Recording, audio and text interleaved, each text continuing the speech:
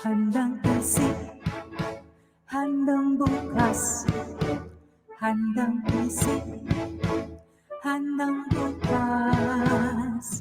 Handa ka na ba sa pagbubukas ng eskwela? Ibang-iba ngayon dahil mayroong pandemya.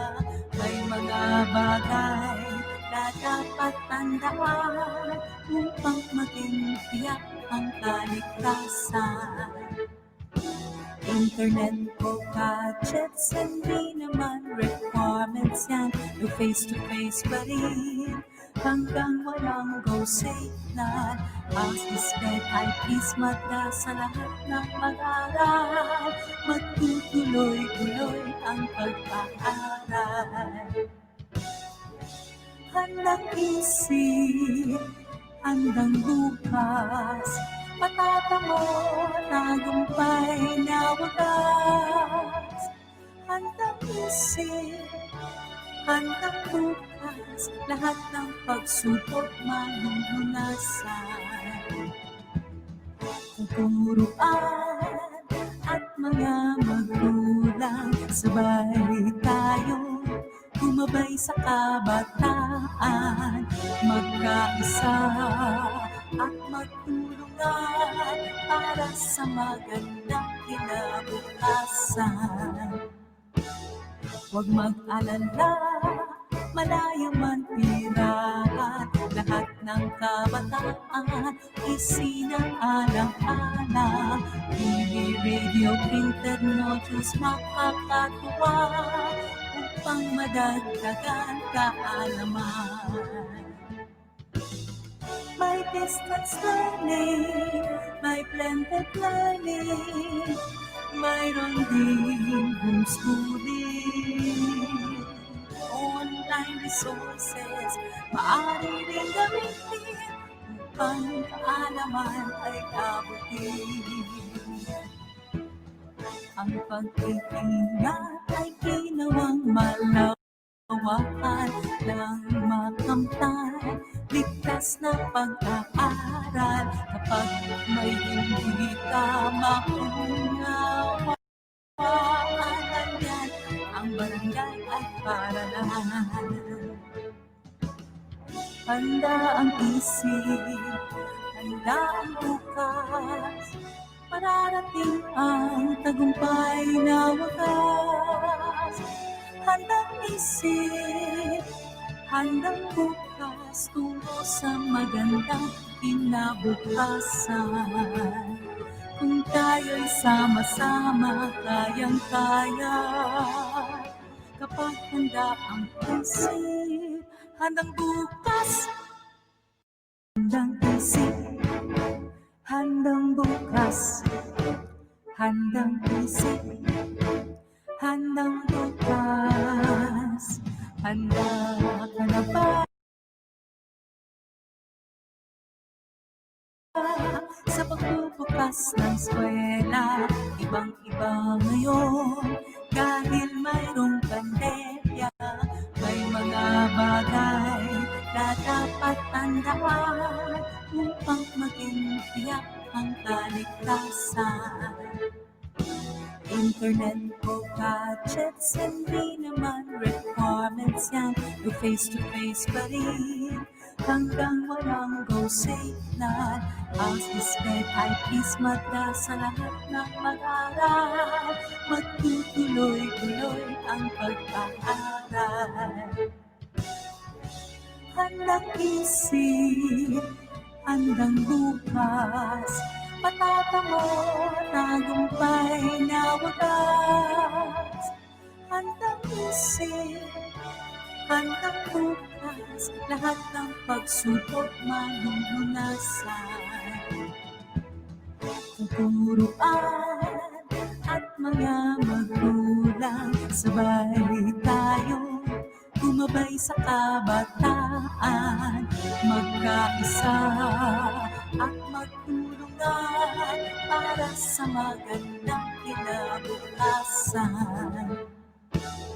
Huwag mag-alala, malayo man tirahan, lahat ng kabataan isinaalang-alang. TV, radio, printed notice, makakatuwa upang madagdagan kaalaman.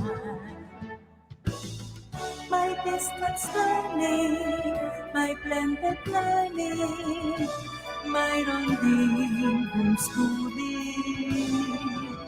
Online resources, maaari rin gamitin upang kaalaman ay abutin. Ang pag-iingat ay ginawang malawakan ng makamtan, ligtas na pag-aaral. Kapag may hindi ka maunawaan yan, ang barangay ay paaralan. Handa ang isip, handa ang bukas, mararating ang tagumpay na wakas. Handang isip, handang bukas, tungo sa magandang kinabukasan. Kung tayo'y sama-sama, kayang-kaya. Kapag handa ang isip, handang bukas.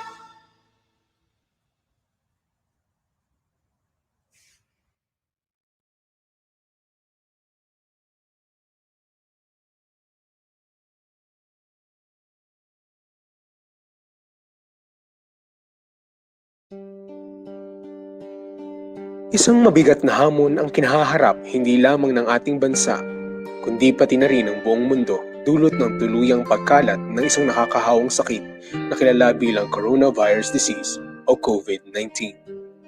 Maraming Pilipino ang nawala ng hanap buhay, nahinto ang mga klase sa paaralan, suspendido ang mga pampublikong transportasyon, at labis na pagod at hirap ang dinadala ng ating mga health workers.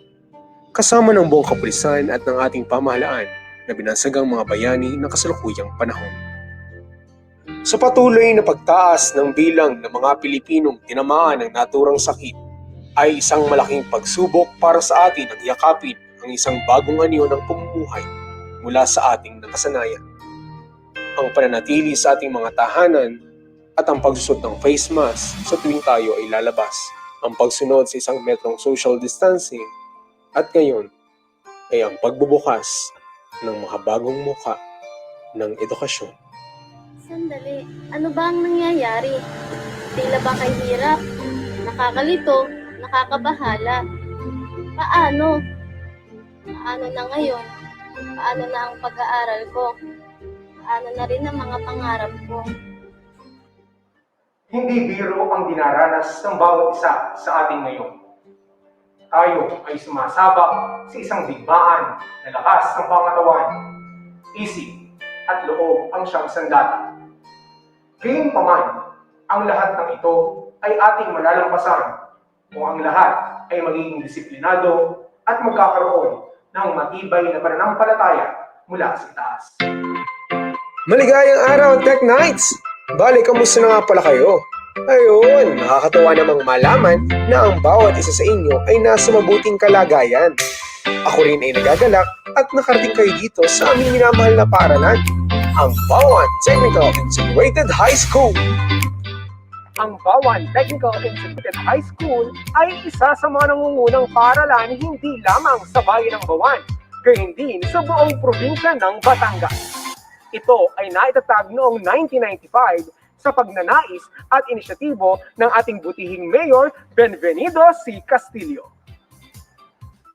Kamakailan lamang ang Bawan Technical High School ay kinalala ng Bawan Technical Integrated High School sa bisa ng proklamasyon mula sa Sangguniang Bayan ng Bawan itong Hulyo 2020. Sa 25 taong pagmayagpag ng Bawan Tech, hindi lamang mga Bawanggenyo ang nabigyan ito ng magandang kalidad ng edukasyon, kundi kayo din ang mga mag-aaral sa ibang paratang bayan.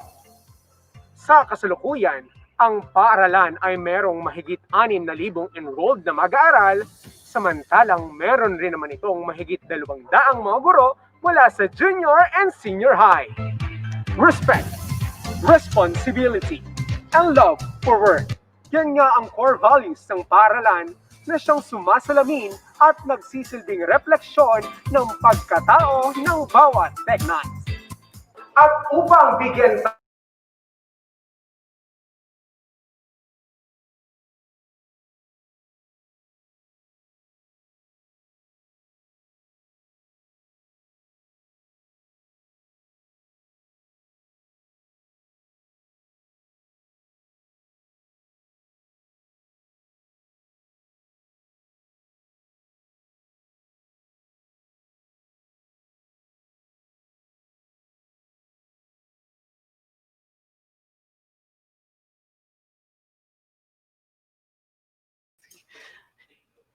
Magandang umaga po. Kamusta ang lahat?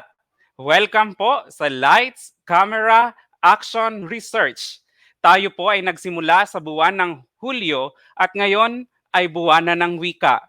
Kaya naman, sabay-sabay nating lakbayin at tapusin ang Action Research Webinar Series na ito ng may malusog na pangangatawan na kailangan natin sa panahon ng pandemya kasabay ng pagmamahal sa ating wika at pagmamahal sa pananaliksik o research. Ating simulan ang activity na ito sa pamamagitan ng isang panalangin na pangungunahan ni Sir Ronald Iscandor.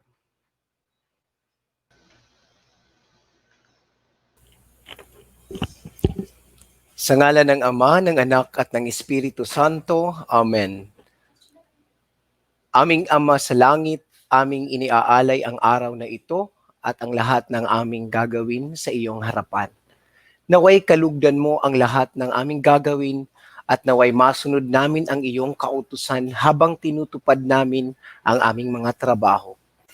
Bigyan mo po kami ng kalakasan ng katawan, tamang pag-iisip at mabuting puso upang maisakatuparan namin ang magandang layon na nais maibahagi ng webinar na gagawin ngayon.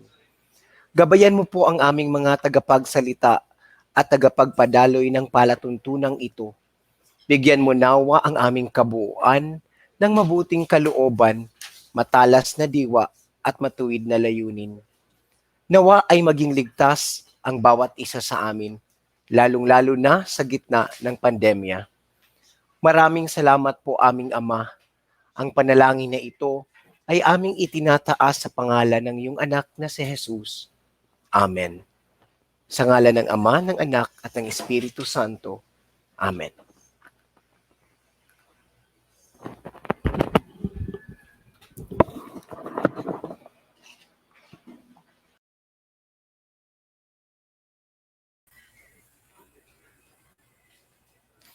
Maraming salamat po. Tunay ngang pinagpapala ang mga kumikilala sa kanya at ang nagsisilbing instrumento ng pag-asa para sa ating mga learners. Dito sa SDO Masbate Province, mapalad po tayo at may mga taong tunay na nagseserbisyo sa kabataang Masbateño. Kaya naman po, malugod po natin silang pinasasalamatan. Maraming salamat po at magandang umaga sa ating Schools Division Superintendent, Madam Nene Rosal Marioles. Ganun din po sa ating Assistant Schools Division Superintendents, Sir Raymondo Cantonhos and Sir Mel Tongko. Sa ating Chief Education Supervisors, Ma'am Maria Dorothy Daniel at Sir Anthony H. Rupa. Magandang umaga po pagbati sa inyong lahat.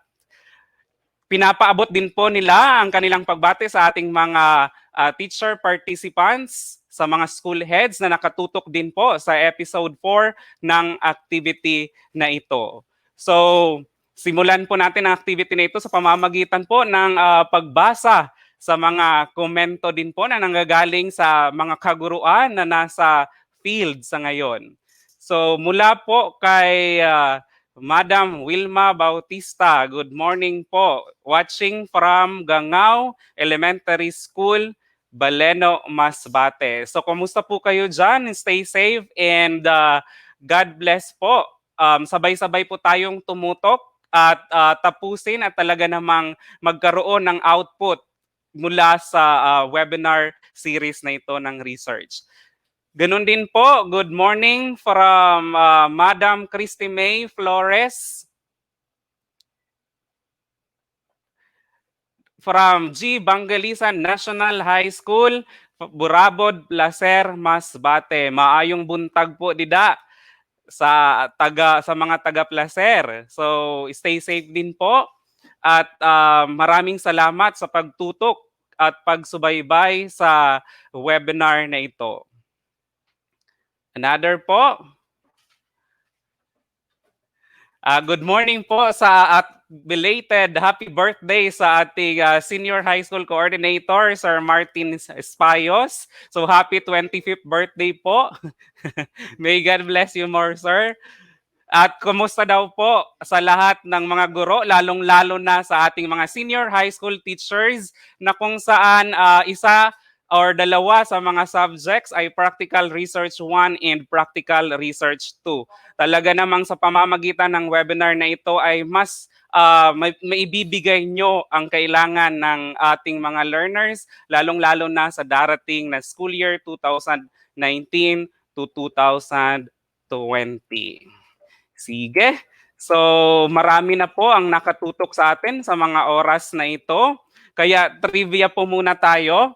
Alam nyo ba, mga kapwa Masbatenyo, na tayo ay mayaman. Kung hindi man sa pera, tayo ay mayaman pagdating sa wika.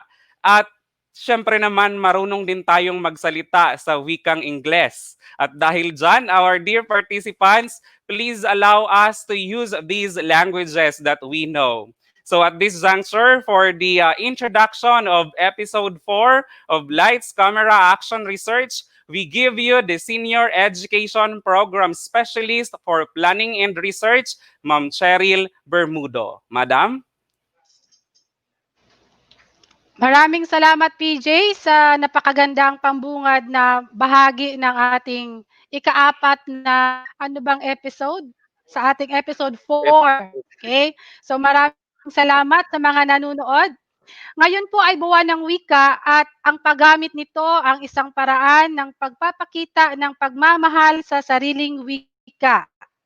Ngunit ngayon, humingi kami ng paumanhin gumamit ng banyagang wika sa kadahilanang ang paksa natin ay gagamit ng mga terminong technical. Okay. So to our highly esteemed schools division superintendent, Ma'am Nene R. Marioles, SESO 5. To our supportive assistant schools division superintendent, Sir Nong and Sir Mel. To our active chiefs, Ma'am Dorothy L. Daniel and Sir Mark Anthony H. Rupa.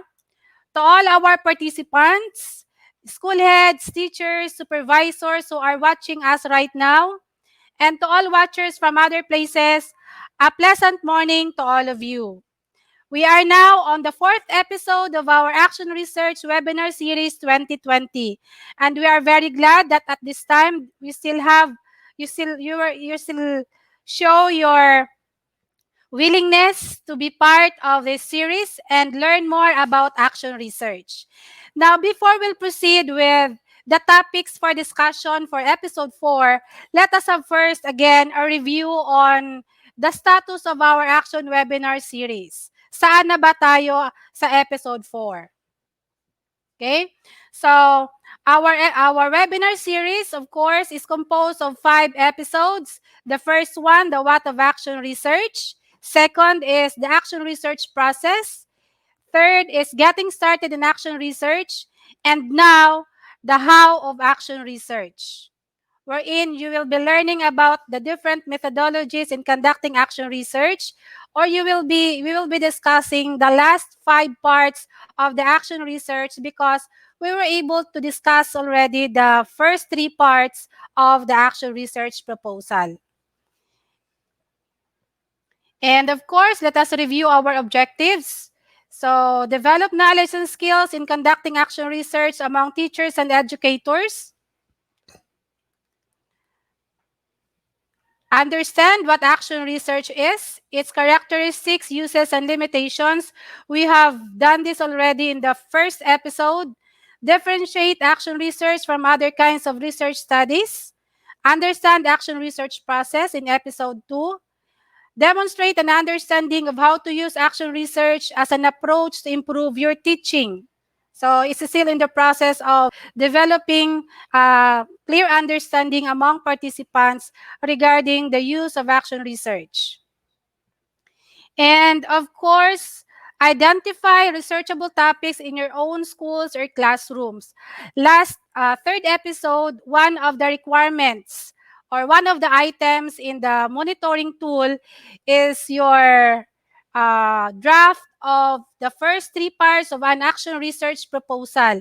And we are glad that many of you were able to submit the required output, and based on my review, there were many of you who were able to present the first 3 parts according to our discussion. Although there were some there are some that need technical assistance, but then the fact that you're able to submit your draft is an indication that you have learned something from our previous episodes.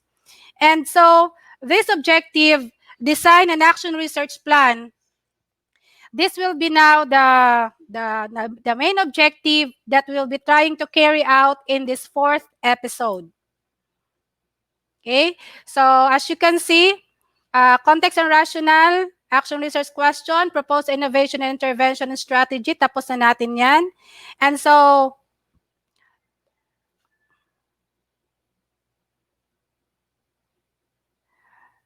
this episode will be talking about the action research methodologies, which would include the participants and or other sources of information.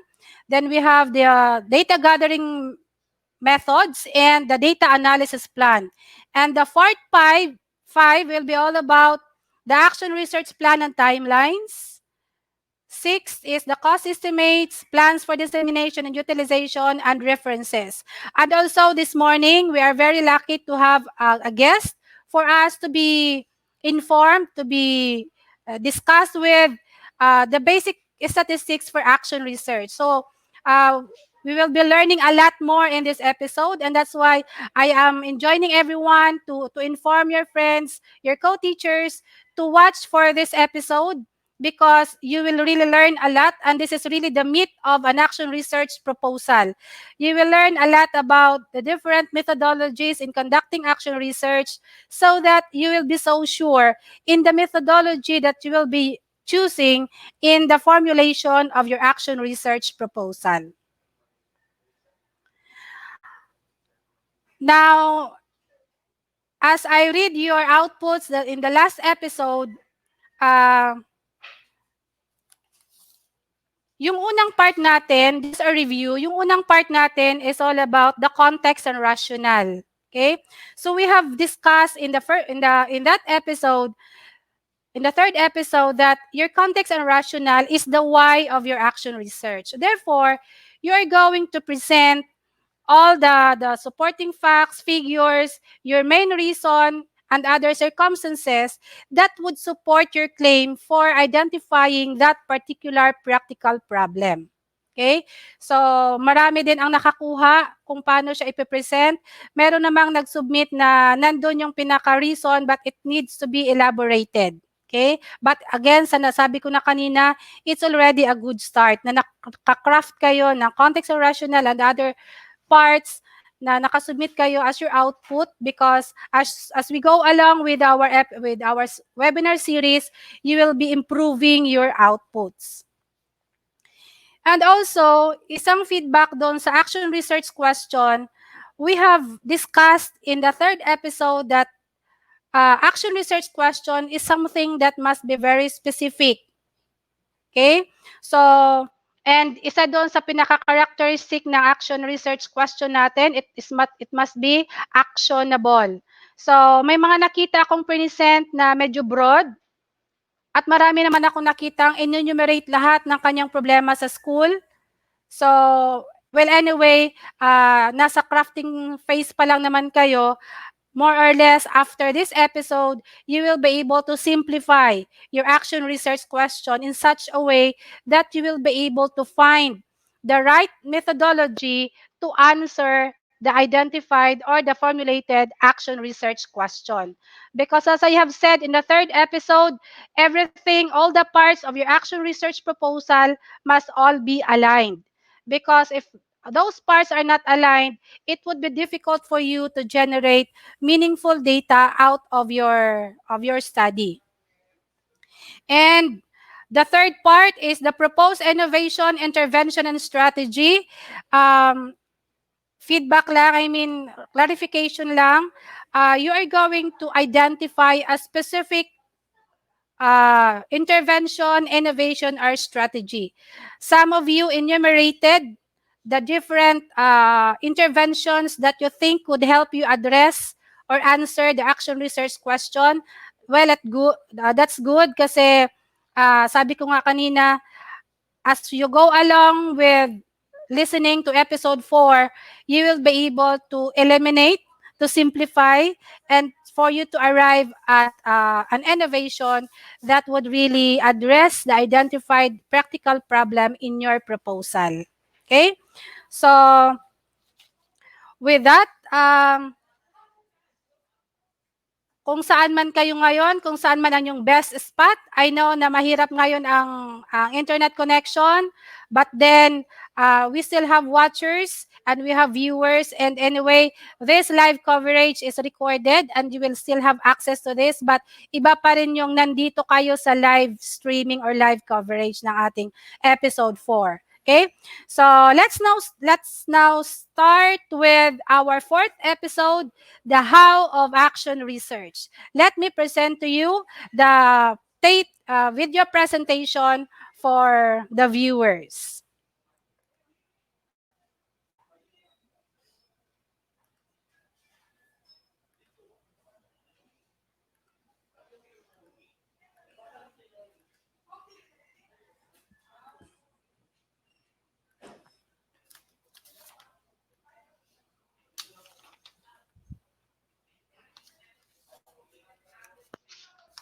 Welcome to the 4th episode of our Action Research Webinar Series 2020. Lights, camera, action, research.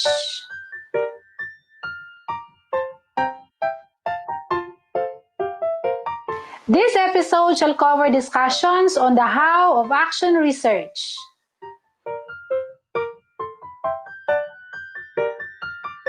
After you have formulated your research question, you now have clear focus as to what changes you want to do concerning your problem. The next question is, how will you do it? Improving your learner's performance is the main reason why you want to improve your own practice. With your developed research question, what will you do to answer it? This part will help you decide on the methodologies that you will employ in order to find an answer to your research question. You must outline your approach in finding answers to your developed question. Who or what will be the source of your data, the research methodology you will use, and how you will analyze your data to generate meaning of results. Your participants and/or other source of data and information. Action research, as defined, usually takes place in the classroom. Your informants or participants are part of your daily tasks. But the question is, who among them are involved in your action research? Who will be the main source of your data? And who will participate in the research? Specifically, identify the individuals who are the focus of your action research and most directly affected by any action to be undertaken. Identify who could help and who could be involved. Will it be a single learner, students from your own class or other classes? Ideally, action research means active involvement of those who are affected in the process of action and reflection. Include also a description of your chosen participants as well as the reason why they are considered a source of data. Specify also what participants will do or experience as part of your study. Sampling of respondents, especially in qualitative research, is usually purposive based on the criteria set. However, there are times when you get a representative sample, especially when your target population is big, that conducting individual interview on daily or weekly basis is not possible. In this case, you only get a sample out of your identified target respondents. In the case of quantitative research, specifically experimental research, you will either get all the target respondents or just a sample through random sampling, the result of which is a representation of the total population or respondents. The sequence of action, as well as the timeline, should be clearly planned. Specify further where the study will take place. Is it in your classroom, in a reading lab, in a special reading room in your school, or in the district? And now another part of your action research methodology is the data gathering methods. A focused research question with appropriate data gathering tools will lead to useful and reliable analysis. The kind of data and your method in gathering data will influence the result of your study. If your desired outcome, for example, is to let those learners under frustration reading level move to instructional or independent reading level at the end of your study, how will you know that you are doing the right thing? How will you know that they have improved their reading abilities and to what extent? What specific indicator performance would tell you that you succeed? In finding answers, you have many options to choose from. Choosing the most appropriate methodology will eventually result in accurate, valid, reliable, and meaningful data. Keeping various sources of data in classroom helps provide a greater understanding of what is actually occurring in the classroom. Students' journals or diaries are good sources of data. These contain information on experiences, feelings, aspirations, insights, and personal lessons learned by them, which are possible sources of qualitative data. As a teacher-researcher, you can collect meaningful information from your daily record of students' performance, attendance, or test scores. A student's portfolio is also a reliable source of data on their performance for you to evaluate and see if your goal is attained. It is also helpful if student respondents are collecting data on their own performance. Through this, students are becoming directly involved in monitoring their own progress, which would eventually result in positive change. Documenting your data collection and even the entire research process will give you a record of implementation, which can be a very good source of data for reflection. Taking videos, audio recordings, and photographs are only some of the ways you can document your process. This table shows the possible sources of data, and this was adapted from Bruso 2011. Generally, there are two approaches in research methodology. First, qualitative, and second, quantitative. The approach that you will choose will depend on the research question that you seek to answer. Action research may use qualitative or quantitative only, but the use of the combination of qualitative and quantitative will lead to better results as it looks into the action research process in two or more perspectives. Okay, so let us discuss qualitative data collection method. Qualitative data collection method provide verbal information rather than numerical description. This is used with phenomena that are difficult or impossible to quantify mathematically, such as beliefs, meanings, attributes, and symbols. This is used by the researcher to capture the student's experiences and the entire duration of the intervention. Qualitative methods give you deeper understanding of the feelings, views, opinions, thoughts of your respondents that may not be obtained quantitatively. The following are some action research qualitative methods. First, interview.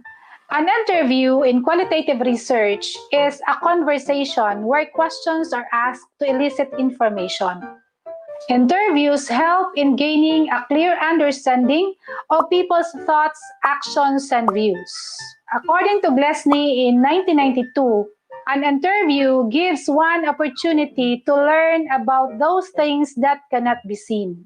There are several variations on interviews: structured, semi-structured, and unstructured. Each variation can be utilized in different situations.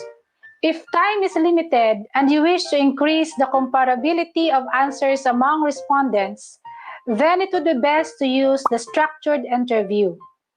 If you wish to have some flexibility but still cover key topics, then utilize semi-structured interview. If little is known about the topic and how to approach it, then an unstructured interview may allow you to explore the topic best. It is a must that you prepare your interview protocol or interview guide prior to the actual interview session. Most of the time, the interview is conducted among learners themselves. Always remember that your interviewee has something to contribute to your understanding of the research topic, and having this mindset will allow you to establish rapport with your research participant and will keep you interested in what he or she will say. As the researcher who is the primary user of the information, you collect data directly from them on a one-on-one basis while keeping a friendly mode. You need to assure your learners that their responses will be kept confidential and not affect their grades and academic performance. Participants may provide data in their own words and in their own ways.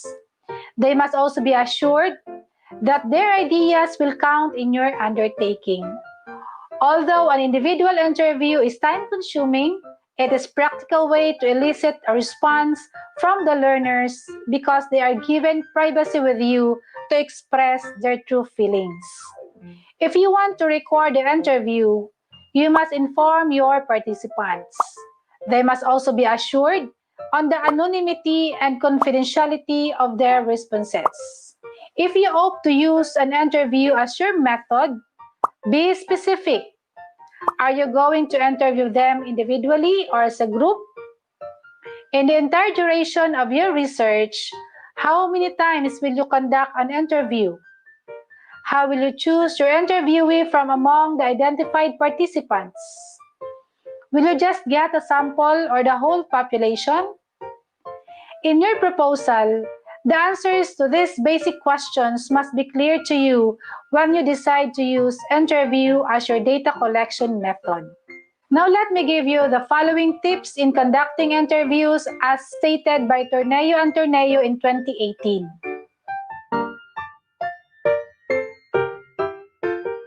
First, inform the participants on the purpose of the interview. Explain how the session takes place. Second, assure research participants anonymity and information confidentiality. Third, ask good questions. Fourth, let your participants lead. Basically, you need to create an atmosphere where your research participants will be interested about the topic, so much that they will willingly share their insight about it. Once you have made your informant interested in sharing and opening up about himself or herself, try to keep it at this level of exchange. Second, focus group interviews. This is an alternative to individual interviews, most especially if the number of research participants is big that conducting one-on-one interview may not be practical given limited time. A focus group explores a topic through group discussion. The group is comprised of 6 to 10 participants selected as a representative of a class. The facilitator promotes discussion that will bring out information not tapped through a questionnaire or individual interviews. Third, observation. Observation, as the name implies, is a way of collecting data through observing. As a researcher, you immerse yourself in the natural setting of your respondents while observing. taking notes, or even audio or video recording. Observation gives the researcher direct access to the main source of the information. The procedure and the instrument to be used in observation greatly depend on the research question to be answered. The quality of data can only be gathered using appropriate instruments. You may ask a co-teacher to observe your interaction with your respondents. However, she must be given an instrument that she knows how to use. In the case also that you want to back up your observation tool to capture every detail, you may audio tape or video record your class. Let's adopt the two-column notes by Hollingsworth in 2001 to 2005, as cited by Nogent et al. 2012. This two-column notes observation tool will capture what you observe in your identified respondents and what does those behavior mean to you as the researcher. You may also prepare a checklist containing your expected behavior to which you will just check if the desired behavior is manifested or not. This will ensure that you will gather meaningful information based on the presence or absence of the behavior as indicators of the effect of the action you employed in your research. The data as to the frequency of manifestation of behavior can be taken quantitatively to deepen the analysis of the result of the study. On the other hand, it is important to note that the observation data collection method may be associated with certain ethical issues.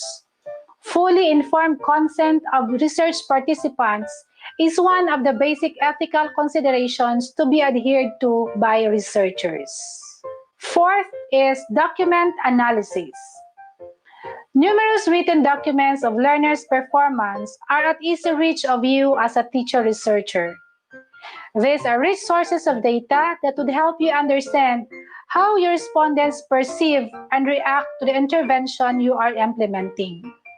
This may include journals, diaries, artworks, letters, written stories, and the like. Information from these documents can be used to clarify learners' performance through observation, interview, and written objective assessments. Let's discuss quantitative methods. This refers to measurable data sets that you may get from the respondents. Test scores, written responses, and graded performance using a set of criteria will tell you the extent of the changes your action impacted your respondents. Establishing a baseline data of performance before the start of the research, in between assessment, and conducting post-test or evaluation of performance will provide you clear basis in looking into the evidence of success. Increment in grades, improvement in reading ability level, and higher performance are just some of the actual data that would help you further understand the flow of your research. There are some quantitative research designs that are used by researchers in different fields. These objective research methods deal with numbers to describe the results of study. Among these research designs, experimental research is the most applicable in action research, where an intervention or action is implemented in order to address a specific classroom issue or problem. Experimental research design uses instruments that yield numerical data. This employs the use of independent variable to see its effect on the dependent variable. Depending on the research question to be answered and the target respondents, the researcher may choose from among the three types of experimental research design, such as pre-experimental, quasi-experimental, and true experimental. Now let us discuss pre-experimental. In an action research, the independent variable or the intervention is initiated to see its effect to the behavior of the learners. However, in this type of experimental setup, randomization of sample is not applied. It has no control group also. For example, You will initiate a reading intervention in your class. All of the learners in that class are respondents and receive the same intervention.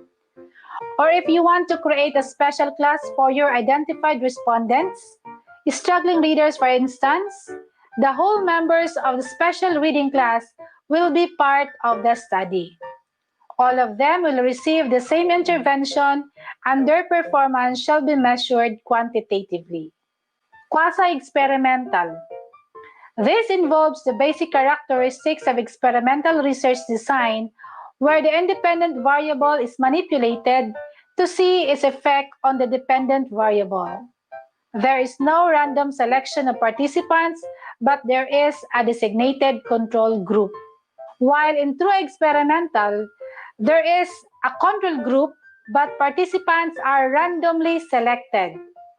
In a collaborative research involving two classes, this can be used where one class will be introduced with intervention, which becomes your experimental group, while the other class will be taught the usual way, and that is your control group.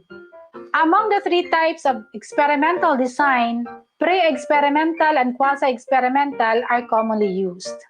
This is because action research usually takes place in the classroom where grouping and randomization requires ethical considerations involving both the participant and non-participant members of the class. Data triangulation. Action research problem is most of the time unique in every class. It is unique because each class is composed of learners with unique combination of traits and characteristics. That uniqueness of the phenomenon in your class would also entail a unique solution.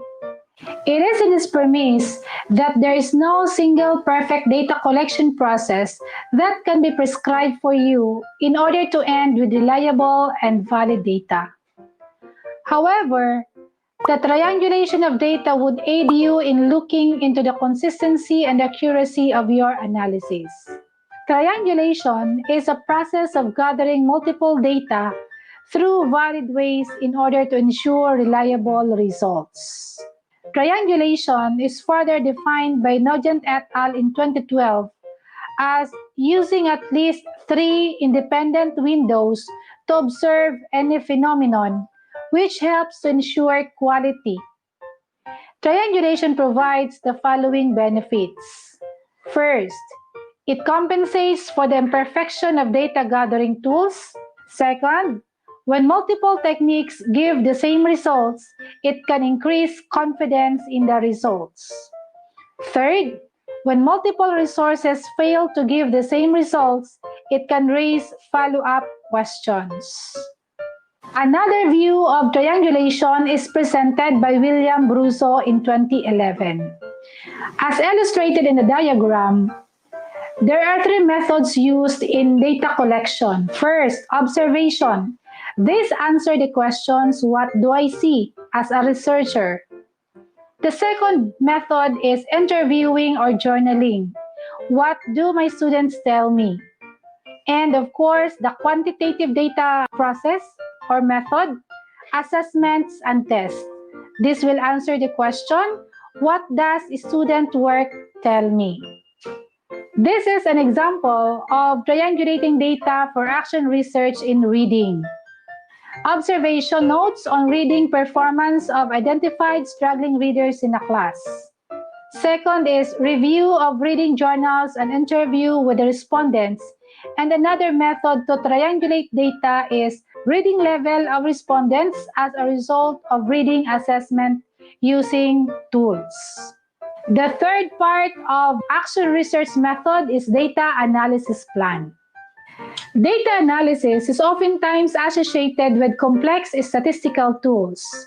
But in action research, this is done in a very personal way as it helps the researcher understand how his action translates to the desired outcome.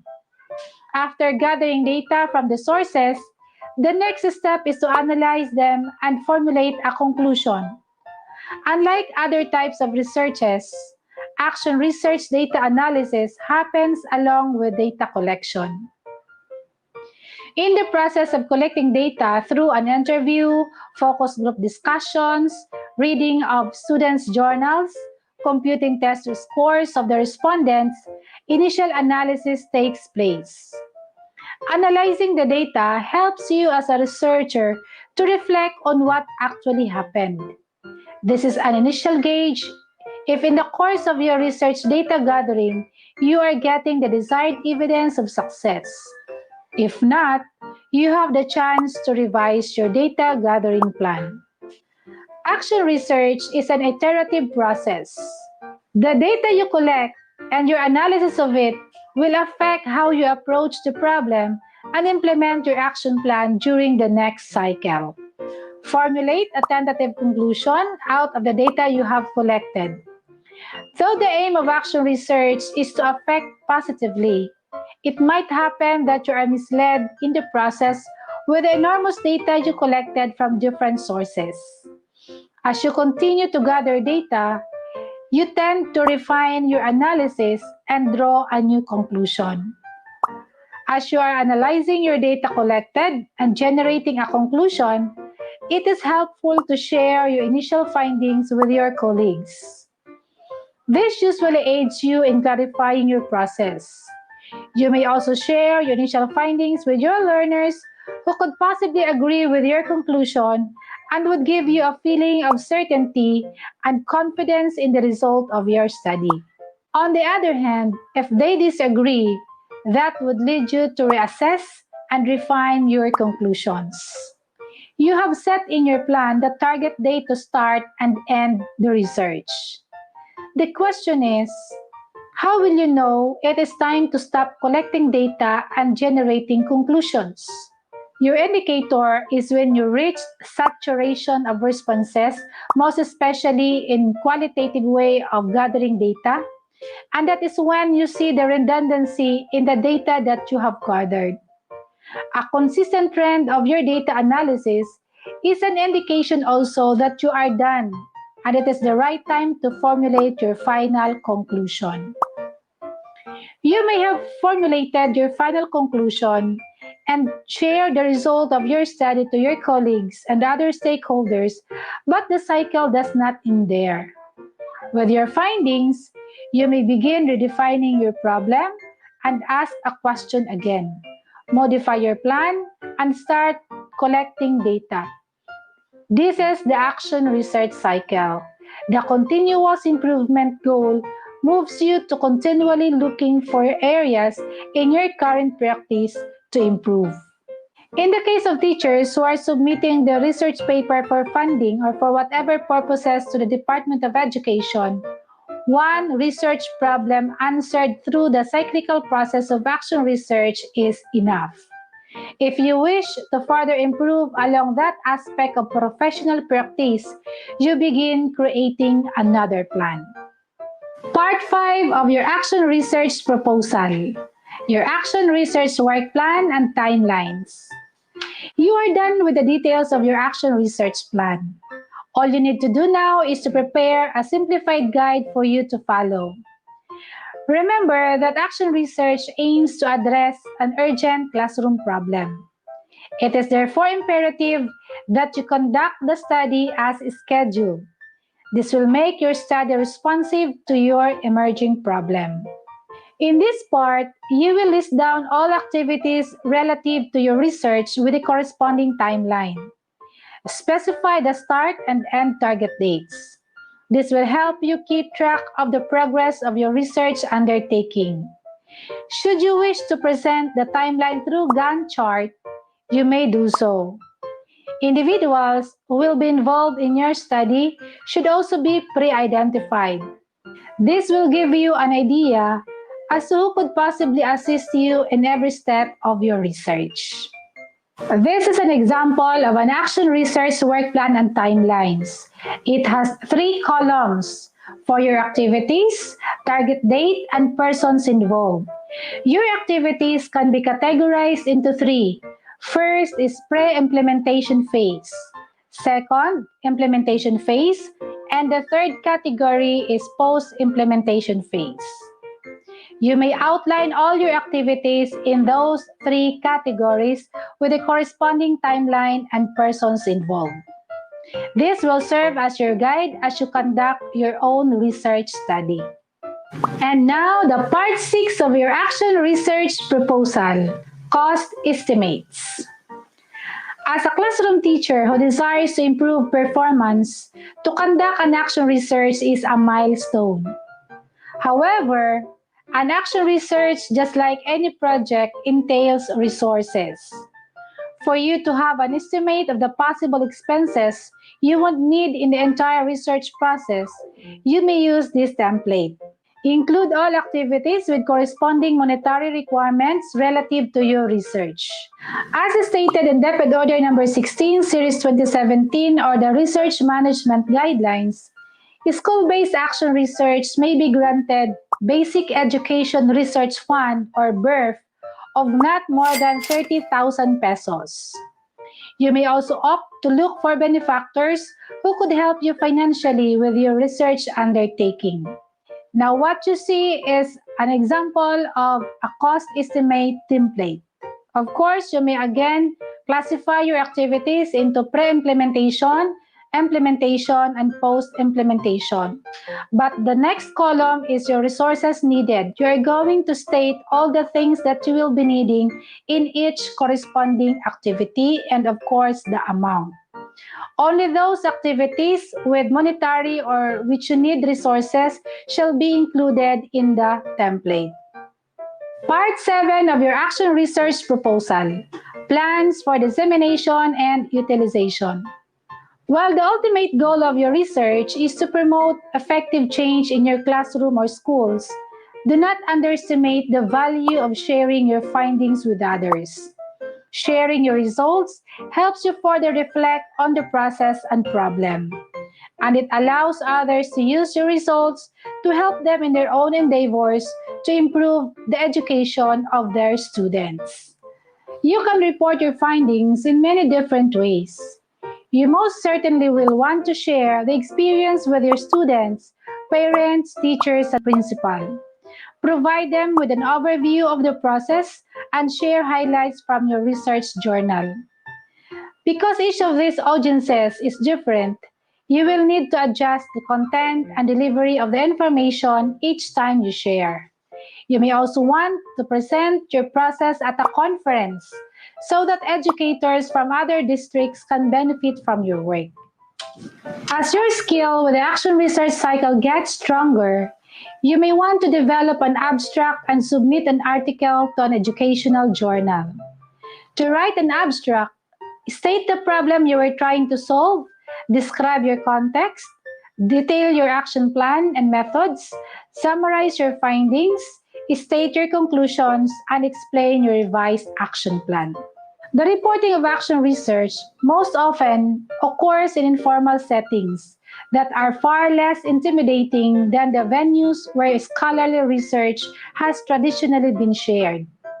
Faculty meetings, seminars, and teacher conferences are among the most common venues for sharing action research with peers.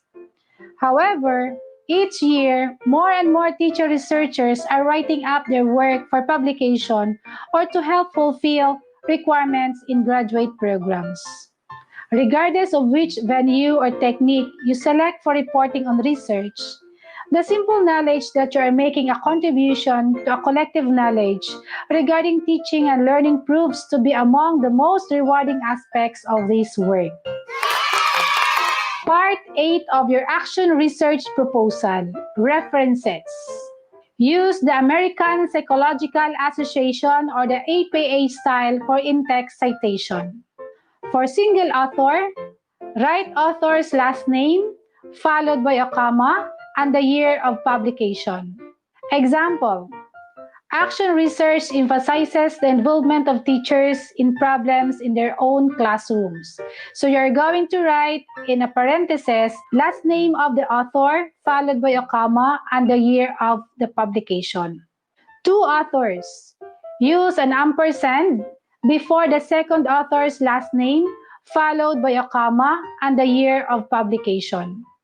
Example, Action research allows educators to learn about their own instructional practices as they monitor improved student learning. That is according to Rollinson and Little, in 2004. 3 to 5 authors. Write all the author's last name the first time the citation appears in the paper.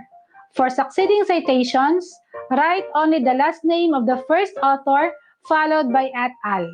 And the year of publication. So we have an example. In an ongoing process, action researchers continue to observe, reflect, and plan. And that is according to Nugent G., Malik S., and Hollingsworth in 2012. In this case, this is the first time that the authors appeared on your paper. That's why you're going to mention all the authors of that text. But in the second citation, what you're going to write only is the lead author followed by et al. And the year of publication, just as shown in this example.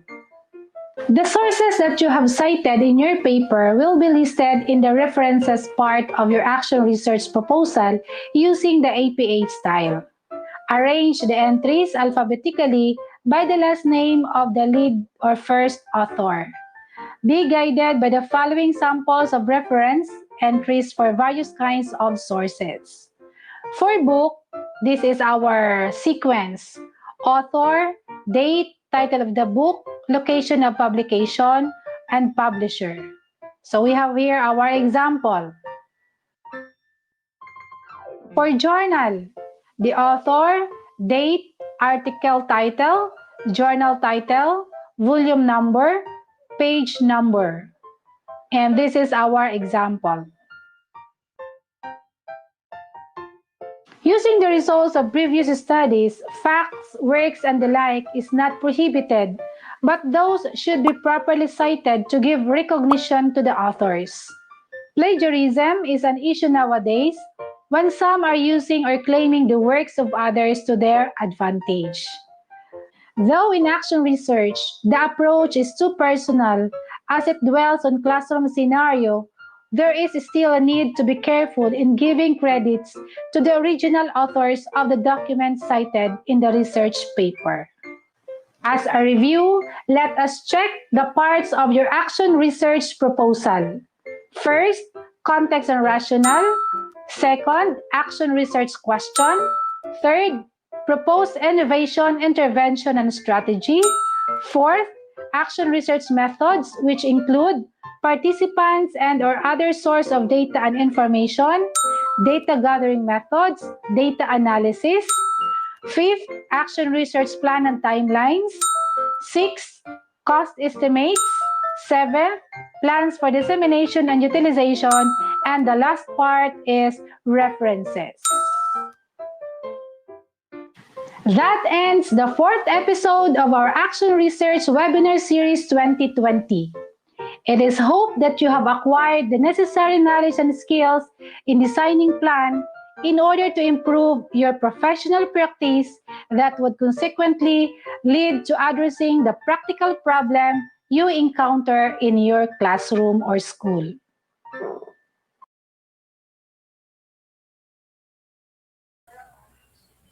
Yun. Thank you so much po, Ma'am Che. That was the how of action research.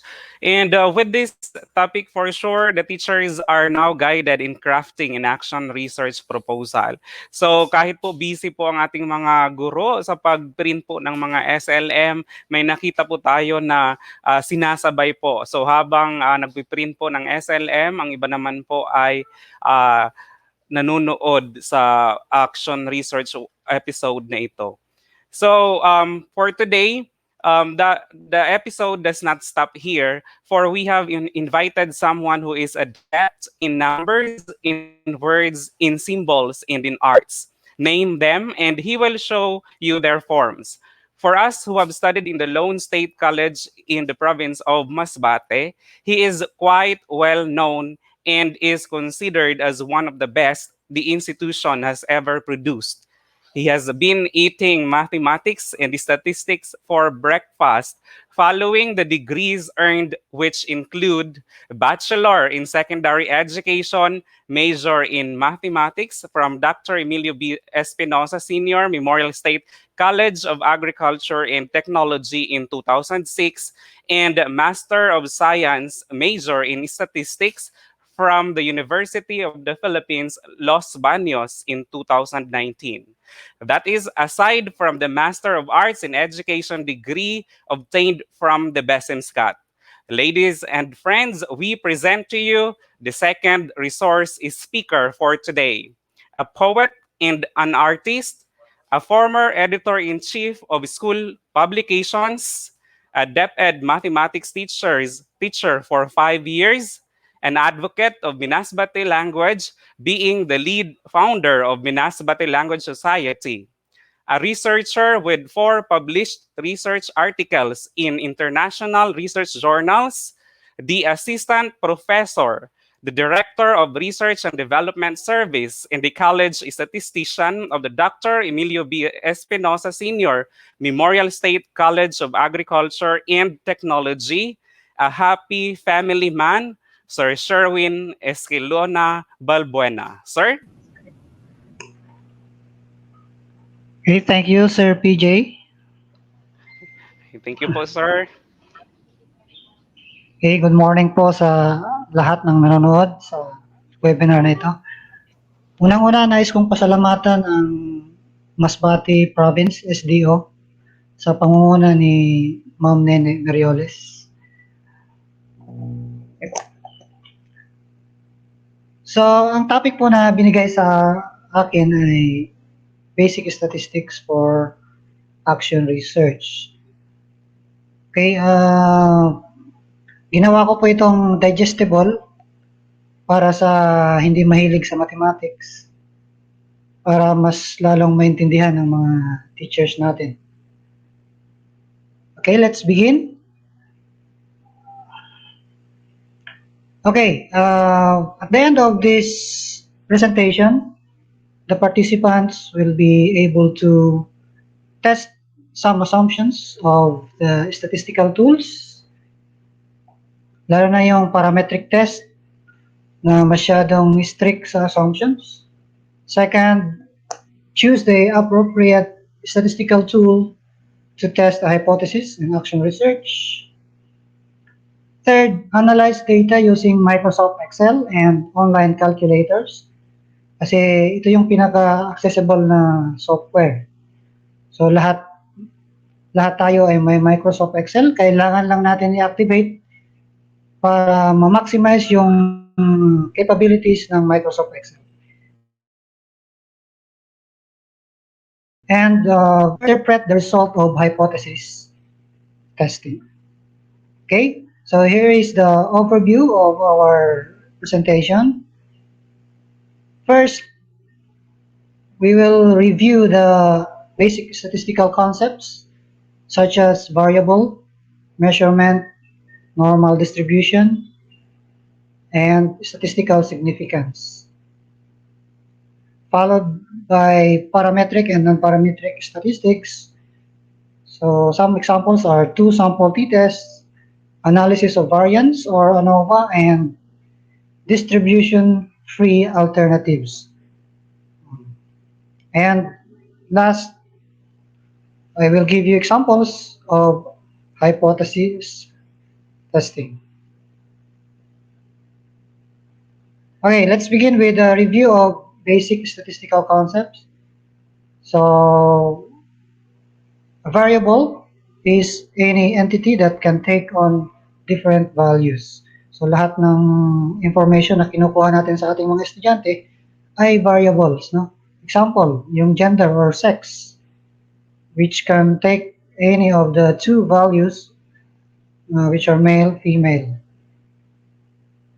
Second example is educational attainment, which has 5 possible values: elementary, high school, college, master's, and PhD. Another example is the response of our respondents to our Likert type questions with 5 possible values strongly disagree, disagree, neutral, agree, strongly disagree. Minsan gumagamit tayo ng mga numbers 1 to 5 to replace these categories. Fourth example is students' performance. It may be expressed in percentage or as pass or fail. Okay, these are the types of variables. So we have the qualitative and quantitative variables.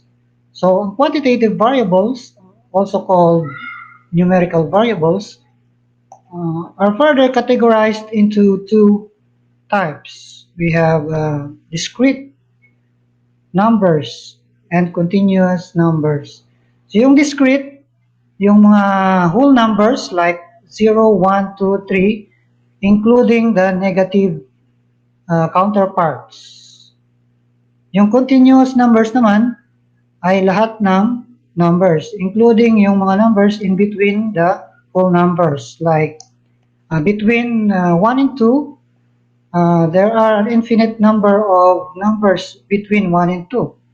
So, mga decimals or fractions. Next is qualitative variable or categorical variable.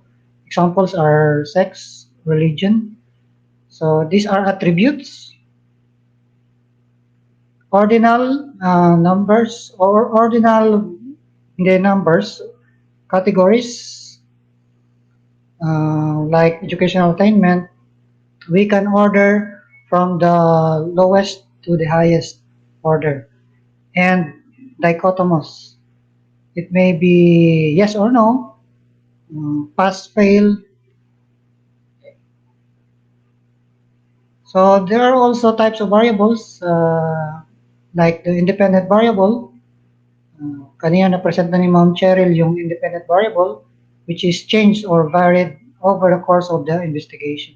Halimbawa sa action research, yung independent variable natin ay yung teaching methodology.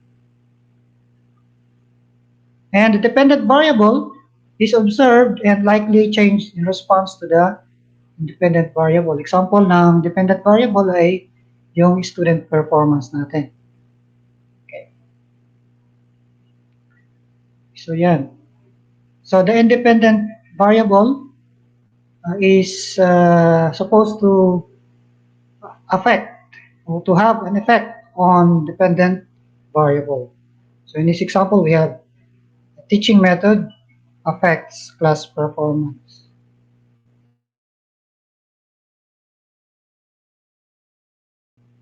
Magkaroon ng numbers, kailangan natin i-consider yung mga concepts and principles of measurement. So before we can use statistics to analyze a problem, we must convert information about the problem into data. Okay, so that is you must establish or adopt a system of assigning values, most often numbers, to the objects or concepts that are central to the problem in question. So we have here an example of converting variables into measures. So our research problem or our research question is that does the use of mnemonics or the memory aids like acronyms and other letter strategies, does it improve recall of math facts? So, ang variables natin ay teaching strategy. Yan ang independent variable. Ang dependent variable naman natin is students' performance. So, we can operationally define these variables like use of acronym, mnemonics versus traditional. For students' performance, we can operationally define this as ability to recall math rules. Okay. And the measures that we will be using are, for example, type of teaching strategy, mnemonics versus non-mnemonics or traditional. And the measures that we will be using for students' performance is score in the test. So according to Stevens in 1946, so we have 4 levels of measurement. The highest is the ratio level, interval, ordinal, and the lowest level is nominal level. So these are the properties of these levels of measurement. So for nominal level, we have the katulad ng gender, we can identify male from female. Mutually exclusive sila, hindi pwedeng may gap o may tawag dito, may yung may common characteristics sila. Wala dapat common characteristics. And mathematical operation allowed is only count or frequency. So we count the number of males, count the number of females. For ordinal measures naman, meron tayong identity and magnitude properties. And allowable mathematical operation is rank order. Kaya yung mga Likert scale, ina-arrange natin, no? From 1 to 5. So, yan. Sa interval naman, we have 3 properties: identity, magnitude, and equal interval. And the allowable mathematical operations are addition, subtraction. So in some statistical softwares, interval and ratio levels are categorized into only one scale. Kasi konti naman ang pagkakaiba ng dalawa. Yung ratio kasi may true zero na property. Na ibig sabihin, pag zero yung quantity, ibig sabihin wala talaga, it does not exist. Okay, katulad sa grades, pag zero ang estudyante, ibig sabihin nun, wala talagang natutunan. Okay. So let's try this. I-identify natin kung anong level ng measurement. So pwede nating pasagutan sa ating participants. Okay, number 1, teaching strategy. Anong level po ba ang teaching strategy?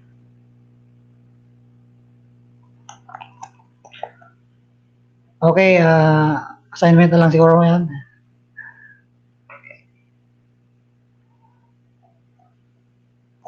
Okay, let's proceed to our next slide.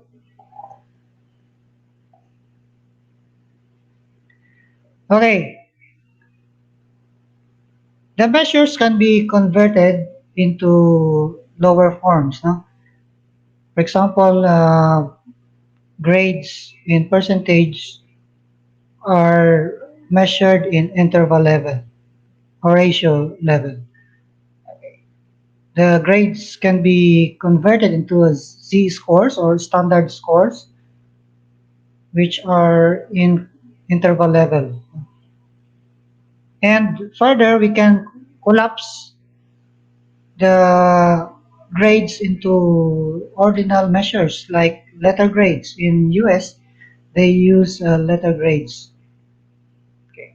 And the lowest form is pass or fail, nominal level.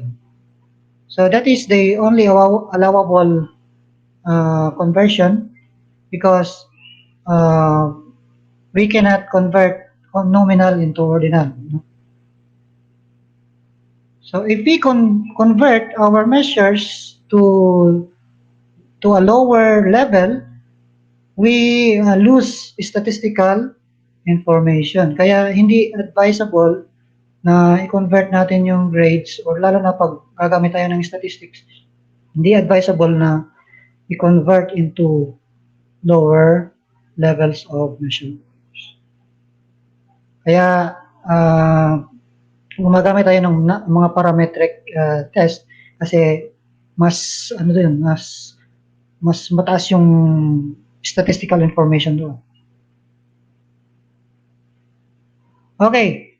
So, yung mga measures natin, kailangan din valid and reliable. Katulad ng mga test natin, kailangan sigurado tayo na precise and accurate yung measurement. So this is an example of, or this is the analogy for validity and reliability.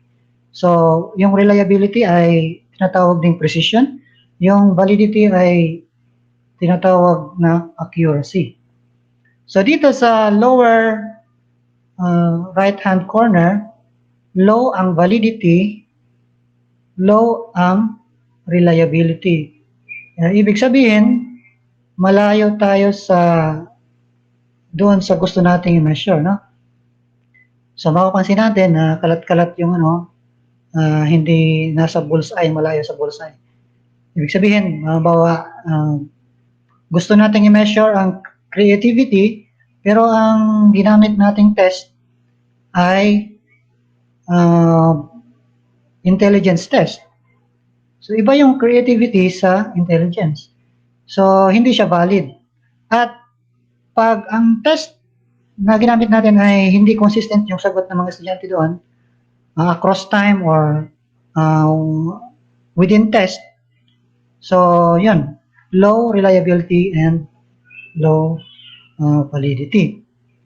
Dito naman sa lower left-hand side, low reliability and high accuracy. Ibig sabihin, gumamit tayo ng test na para sa creativity, to measure creativity. Pero mababa yung reliability. Pwedeng hindi consistent yung sagot ng mga estudyante doon sa items sa test. Dito naman sa upper right hand, low validity and high reliability. Ibig sabihin, hindi valid yung test na ginamit natin, pero consistent yung sagot ng mga estudyante doon sa test. And yung in-intend natin na mangyari ay dapat valid and reliable, yung sa upper left-hand corner. So, yung mga measures ng validity and reliability ay labas na sa scope ng aking presentation at itinuro naman ito sa atin sa measurements and evaluation sa college. Yung mga split half, Cronbach Alpha, KR20, yun. May mga test na pwedeng makatulong sa atin para malaman kung talagang accurate and precise ang ating mga instruments. Okay, let's proceed to normal distribution. So ito yung pinakagamit na distribution sa statistic. So it is a probability function that describes how the values of a variable are distributed. It is a symmetric distribution. Ibig sabihin, parang kung hahatiin mo yung distribution na yan, ay equal yung magkabilang side. Where most of the observations cluster around the central peak and the probabilities for values further away from the mean taper off equally in both directions.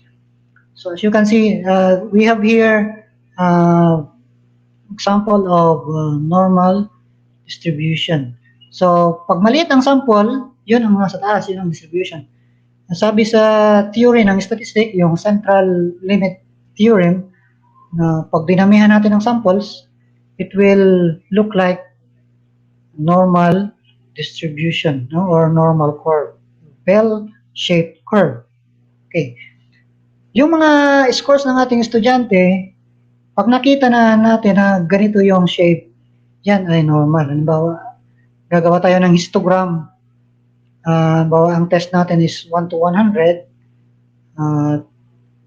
gumawa tayo ng bar chart, or histogram, at nakita natin na marami yung scores na malapit sa 50 at konti lang yung scores na matataas at konti yung scores na mababa. So normally distributed ang ating data. Ito yung basihan ng karamihang statistical tools. Okay, pag hindi normal ang data natin, ibig sabihin abnormal or non-normal, so we have these distributions: rectangular, skewed, bimodal, G-shape, inverted U-shape. Okay.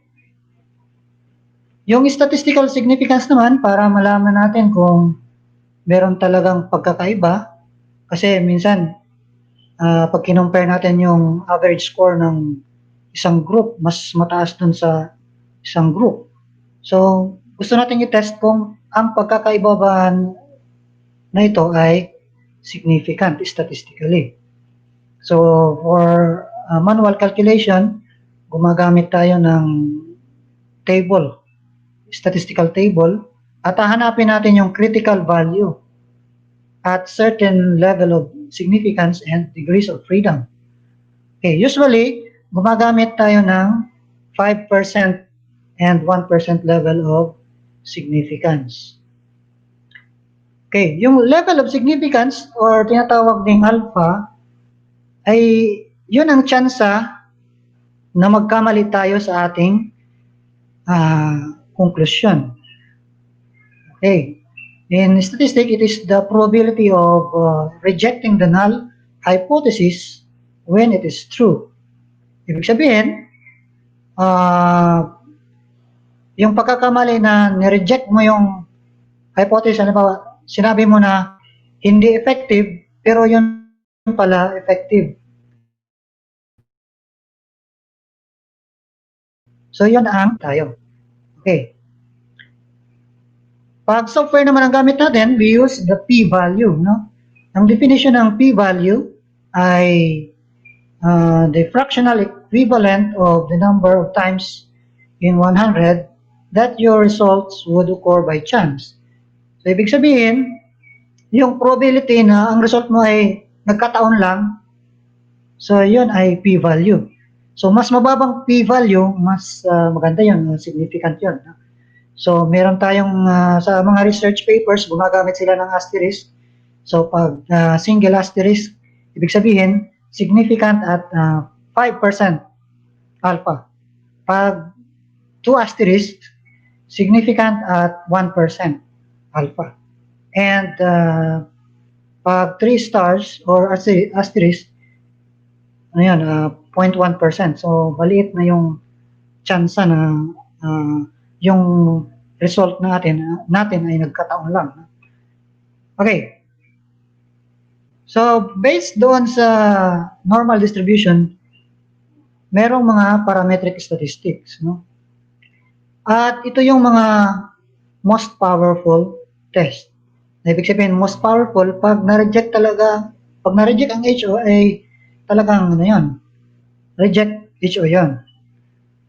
Kasi pag gumamit tayo ng mga mababang mga test na mas mababa yung power, ay pag na-reject natin yung HO, maaaring mataas yung ating error o yung pagkakamali sa decision.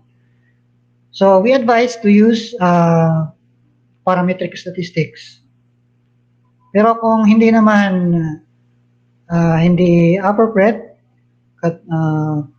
katulad ng mga ipipresent ko mamaya, may mga assumptions na hindi na-met, kailangan nating humanap ng alternatives. Okay, so examples of parametric statistics are t-test, comparing two groups or samples.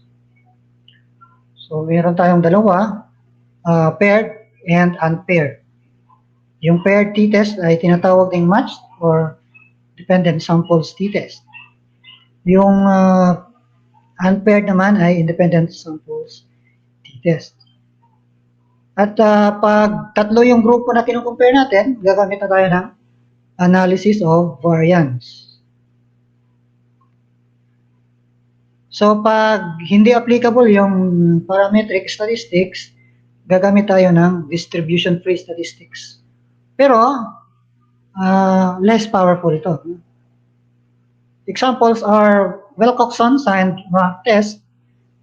So pag meron tayong paired samples, halimbawa pre-test, post-test, pares yan. Yung ibig sabihin, bawat estudyante, meron tayong dalawang data, yung kanyang pre-test at kanyang post-test. Okay. Ordinal measures, no? So pwede nating halimbawa hindi na met yung assumptions ng parametric, pwede nating babaan yung measurement level na ordinal siya. Pag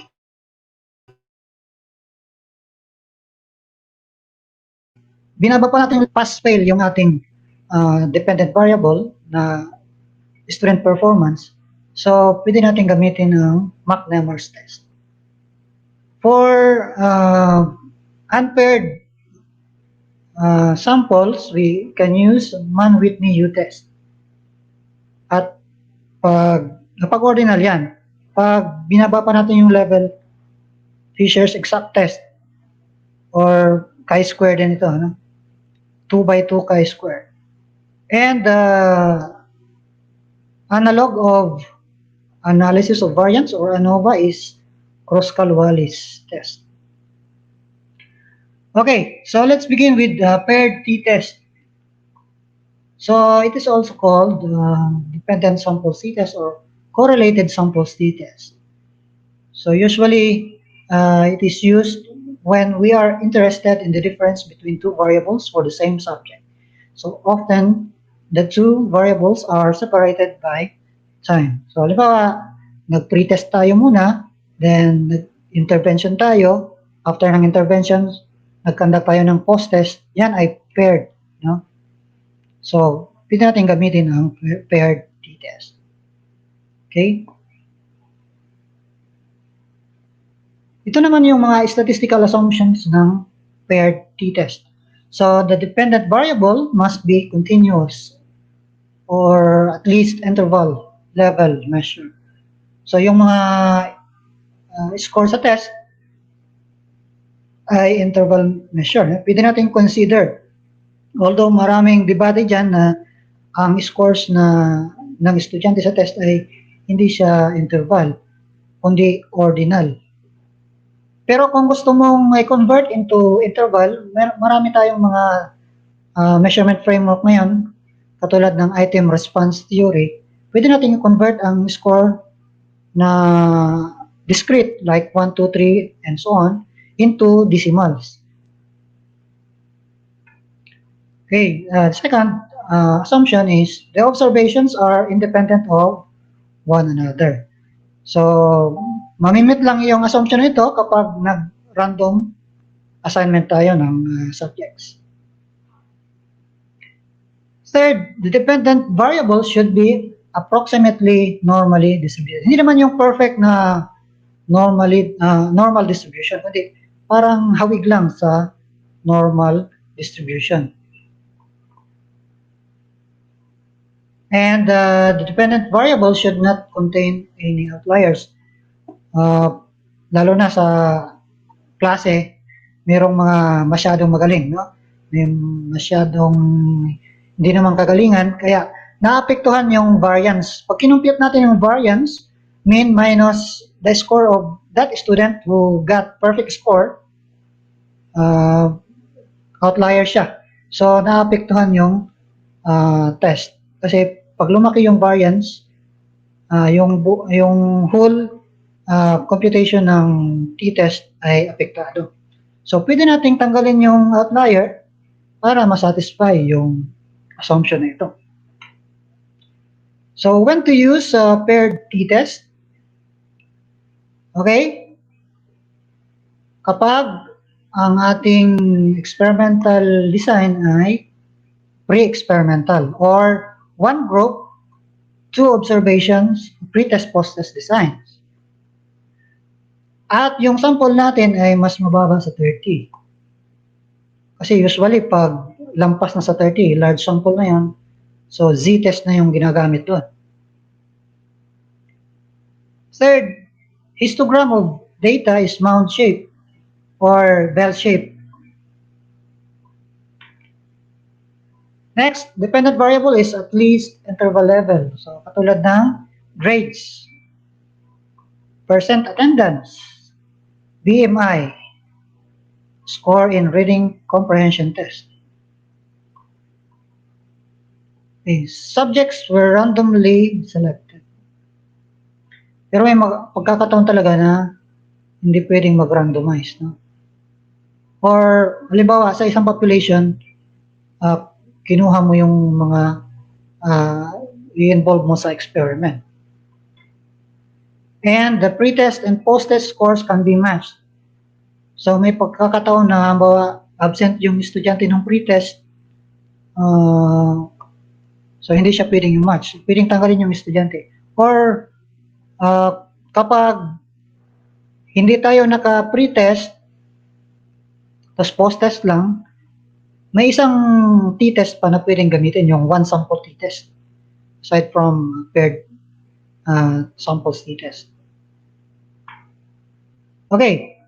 So, pag hindi na-meet yung assumptions ng parametric, we can use Wilcoxon-Sign rank test and McNemar's test for dichotomous dependent variable. So, magbibigay ako mamaya ng example ng computation sa Excel at sa online calculators.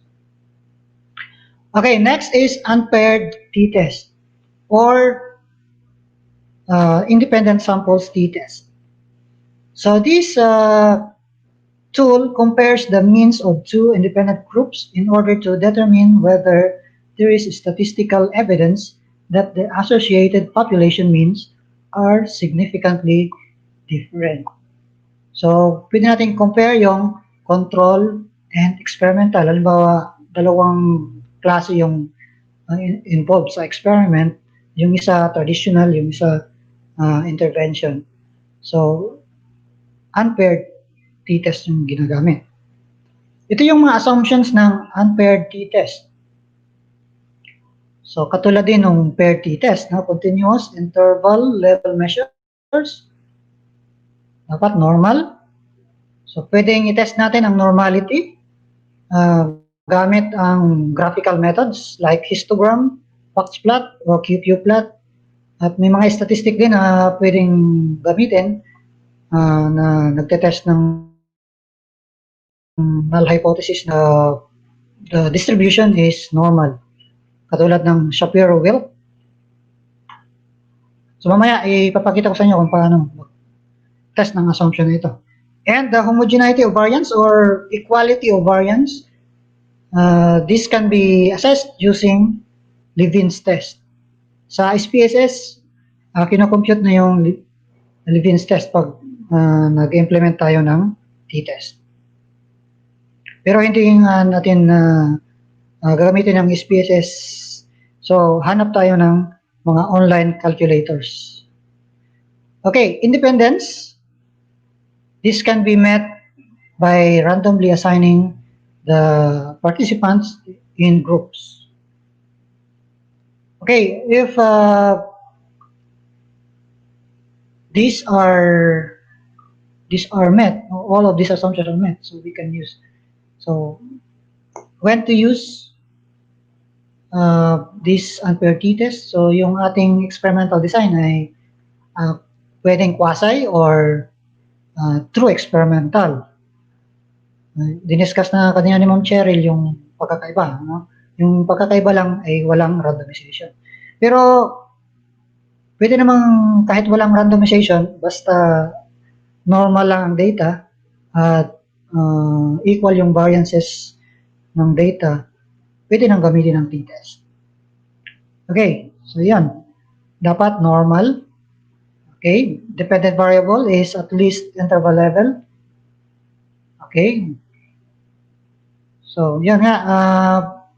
Kasi ang mga t-test ay, ano sila, robust. Pag sinabing robust test, kahit may isang assumption na hindi na-meet, so yung result pa rin niya ay powerful yung test. And the mean pretest scores of the two groups are statistically not different. Ibig sabihin, during the pretest, hindi nagkakaiba yung kanilang performance. Pero pag quasi-experimental kasi, pwedeng sa pretest may pagkakaiba na. So, paano natin ma-address yun? May mga ibang statistics na pwedeng gamitin para ma-address itong, sa pretest meron ng difference, pagdating sa post-test meron ding difference. So, ang ginagamit dyan is analysis of covariance. No? Pero, hindi ko na discuss yun kasi masyadong matagal yun, percent. Okay. Ano yung options natin pag hindi na meet yung mga assumptions?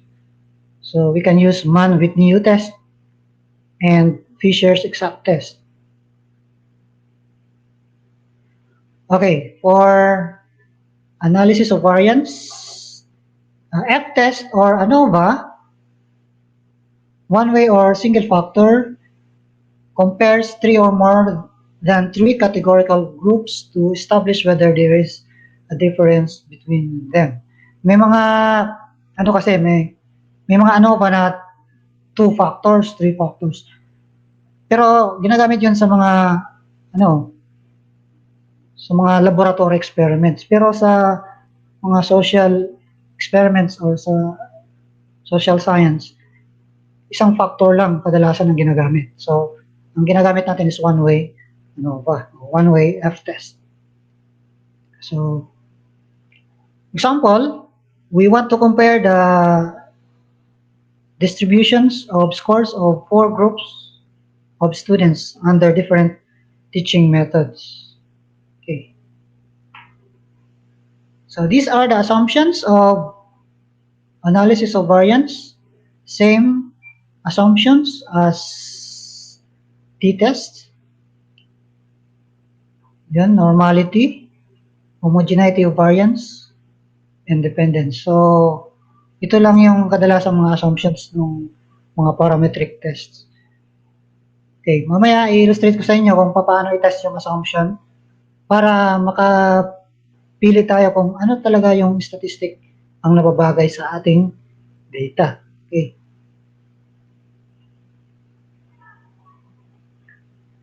Okay, when to use ANOVA?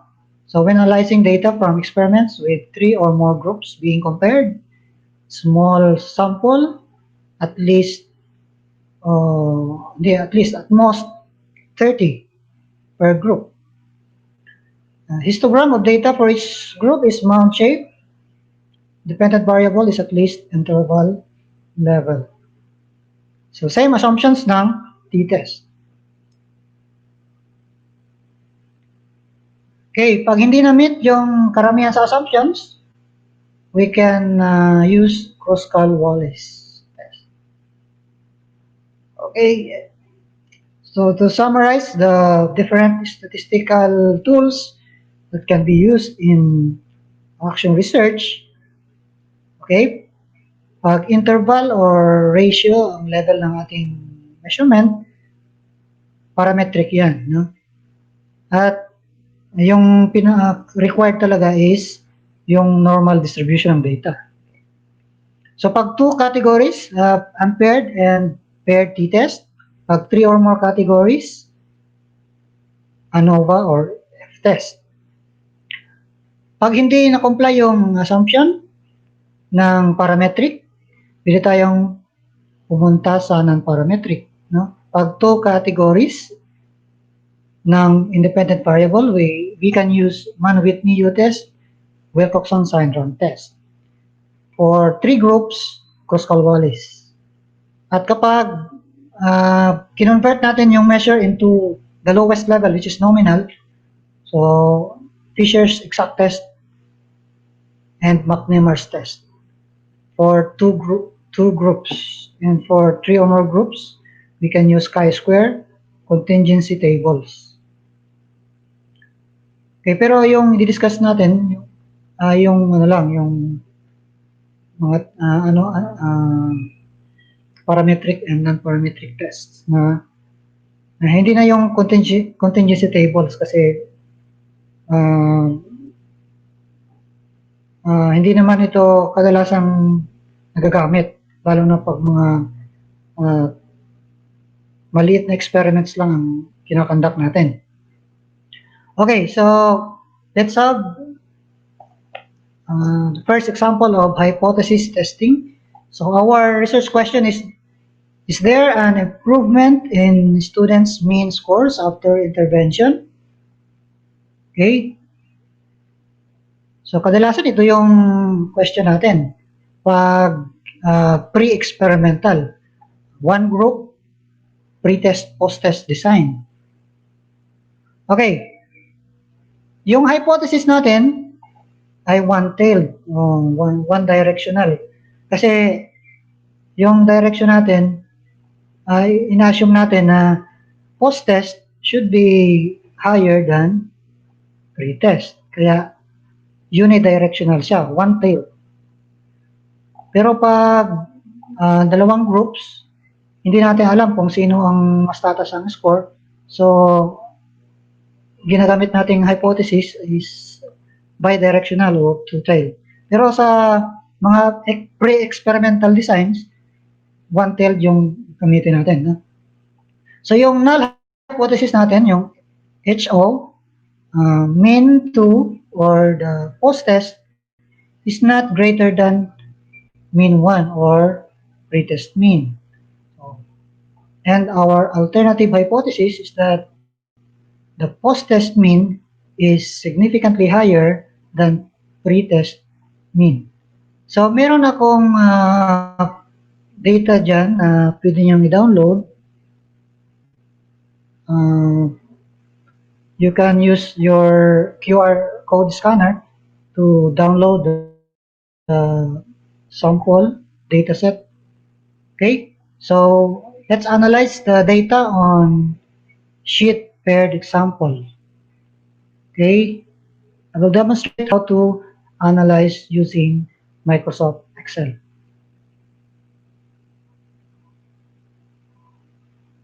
Pero bago pala yan, activate muna na tayo ng data analysis toolpack.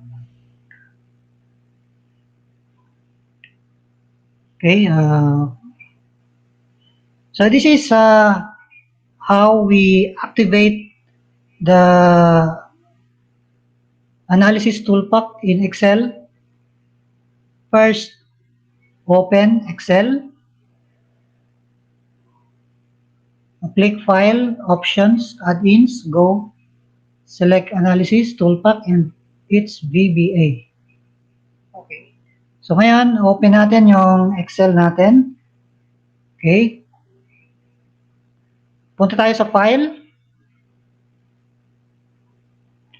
Then, sa File, punta tayo sa Options.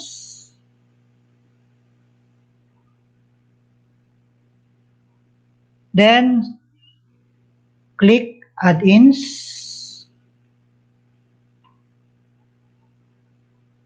Click OK. Okay, go. Then, i-check natin itong dalawa. Yung Analysis Toolpack at saka yung Analysis Toolpack VBA. Then, okay. So, pag na-activate mo na yan,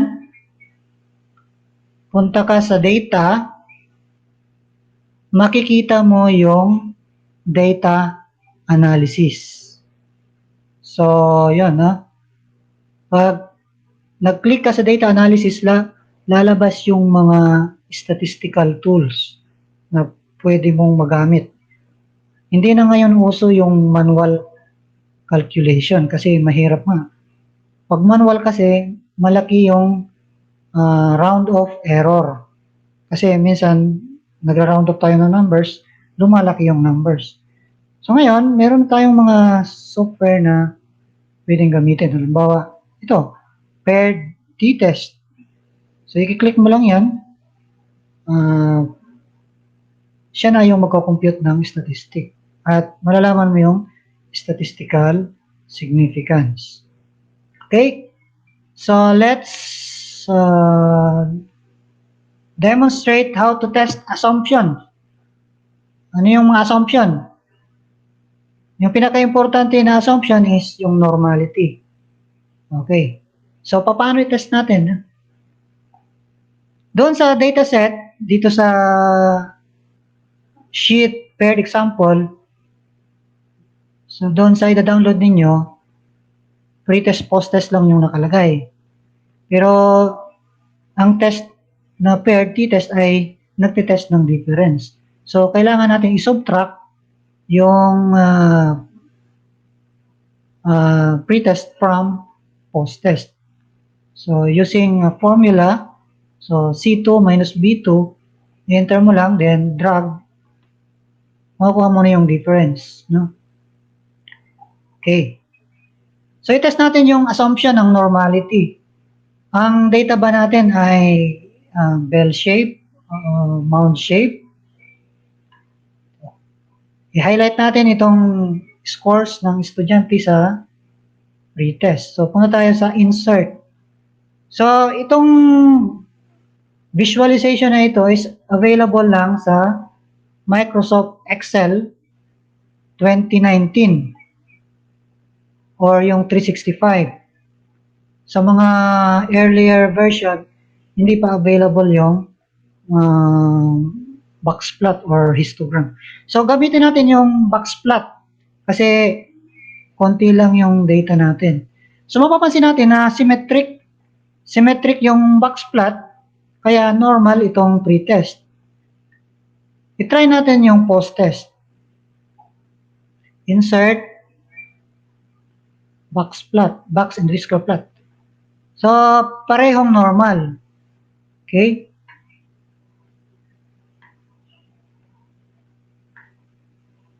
Pati yung difference, try natin kung normal.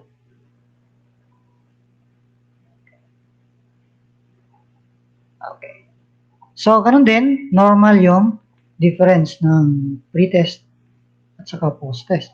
So, ngayon, meet natin yung assumption for normality. Kaya, pwede na yung gamitin ng paired t-test. Okay. So, ngayon, let's proceed to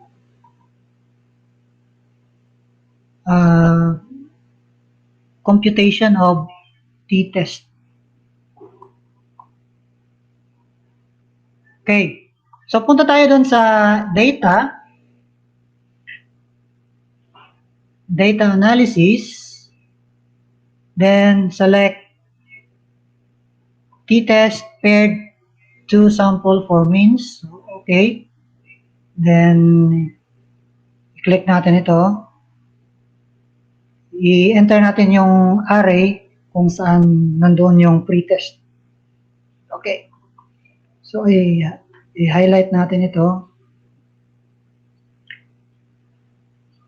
Tapos yung second array, yung post-test. Okay. Then, yung assumption natin is walang difference. So, 0. Tapos, i-check natin ang labels kasi yung first row, yun ang pangalan ng group. Yung pre-test at saka post-test. So, i-click natin ang labels. So, yung alpha natin, kadalasan is 0.05. So, okay na yan. So, click OK. Lalabas yung output sa bagong sheet. Okay. So, nandito na yung result ng computation. Okay. So, walang kahirap-hirap, no? So, ngayon, ito yung output niya. No? So, mapapansin natin na yung pre-test mean is 10.85, post-test mean is 14, variance, yung square ng standard deviation is 6.03, and sa post-test naman is 10.84. So, we have 20 observations for both groups and there is high correlation. Ibig sabihin, related yung pretest sa post-test. Mas maganda kapag ganito. Kasi yung ibig sabihin, yung mataas yung score ng pretest, ganun din ng post-test. Okay. So, ito yung computed T, which is negative 6.52. At ang p-value, kasi one-tailed ang ginamit natin, yung number na yan is naka-express sa scientific notation. Kaya, ibig sabihin na negative 0.6, 6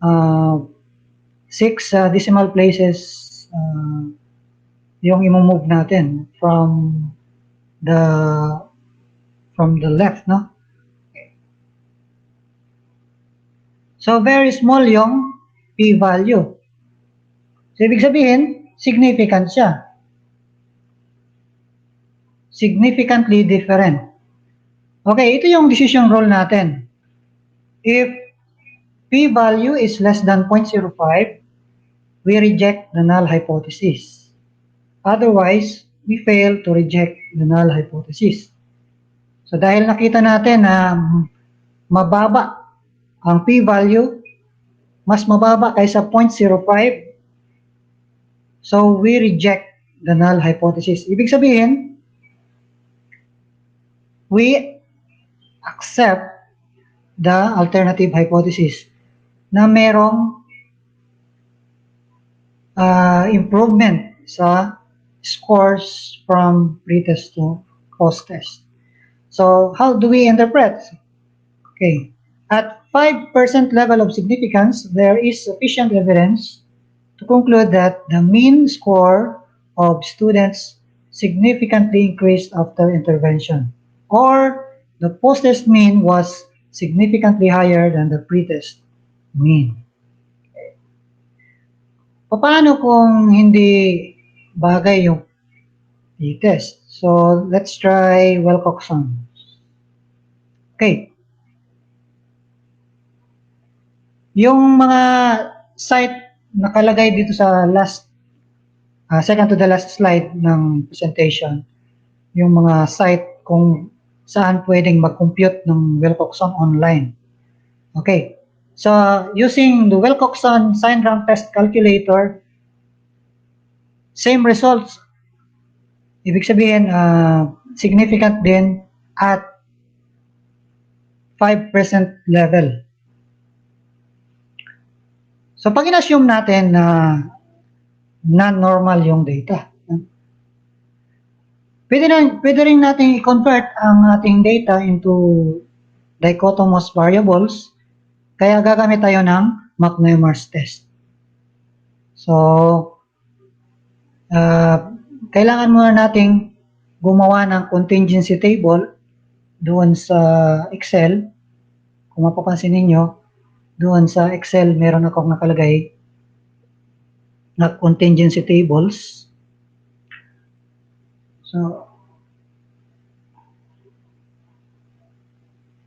So same data ito, kaya lang dichotomized na siya.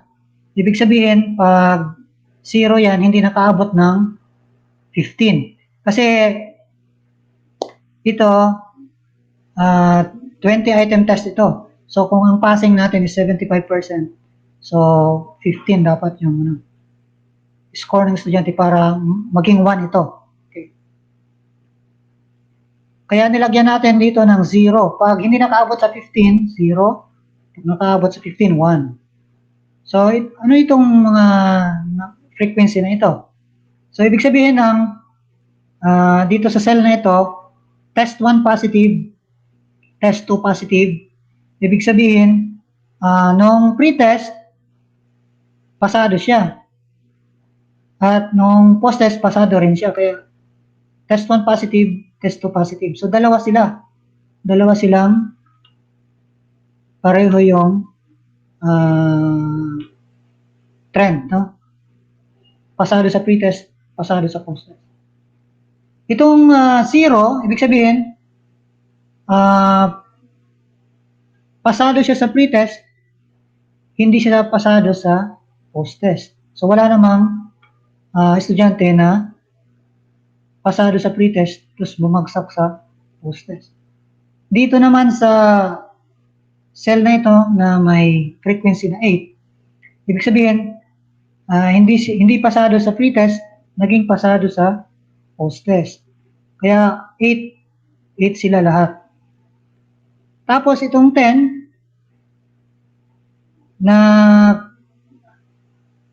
test 1 negative, test 2 negative, yung walang improvement. Ibig sabihin, pasado sila sa, hindi sila pasado sa pre-test, hindi rin pumasa sa post-test. So, merong 10 estudyante. So, yan, yung mga frequency na ito, ilalagay mo lang doon sa McNemar's online calculator. Okay. So, ito yung McNemar's chi-square calculator. Okay, ilagay mo yung frequency. So, ilagay mo yung 2, 0, 8, 10. Then, calculate. So, lalabas na yung p-value. Diba? Ang p-value ay mas mababa sa 0.05, kaya significant siya. Okay, same results. Okay? So, let's proceed to second example of hypothesis testing. So, this time, it involves 2 groups. So, the research question is, are the average test scores of 2 groups of students, control and experimental, different? Okay. So, ngayon, two-tailed ang test natin kasi wala tayong assumption na yung isa ay mas mataas, no? Pwedeng dalawa yung maging result. Pwedeng ang experimental bumaba, pwedeng tumaas. So, para mas safe tayo, gumamit tayo ng two-tailed test. Okay, the null hypothesis is that the means are not different or the means are equal. And the alternative is the means are different. So ngayon, test natin ang assumptions, no? Dagdag na tayo ng mga tools on how to test assumptions. So, normality and homogeneity of variance test ang gagamitin natin. So, yung Shapiro-Wilk, tinetest niya yung hypothesis na ang distribution ay normal. So, dapat hindi ma-reject yung hypothesis. So, punta tayo doon sa site sa pag-test ng normality. Punta tayo dito kasi nasa unpaired example na tayo dito na the second tab or sheet. So, kunin natin yung data ng group 1. Mapapansin ninyo, magkaiba yung number ng group 1 at group 2. Kasi walang pairing dito. Pwedeng magkaiba yung number ng experimental and control groups, yung participants doon. Okay? Pero mas maganda ang equal number na lang. Okay, kunin natin yung data. Ilagay natin doon sa website ng Shapiro-Wilk. Okay?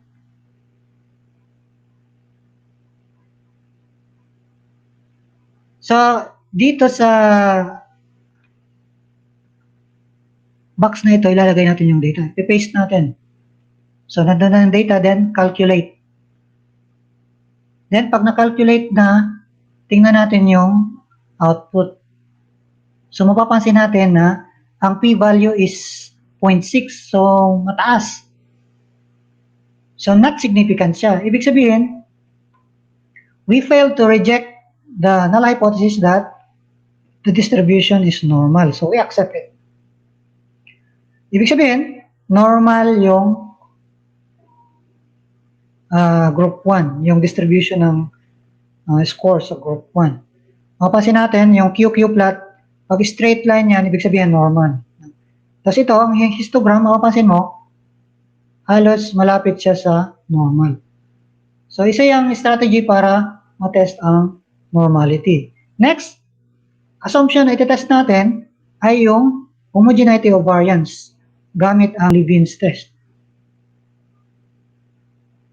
So, punta tayo sa Leibniz test.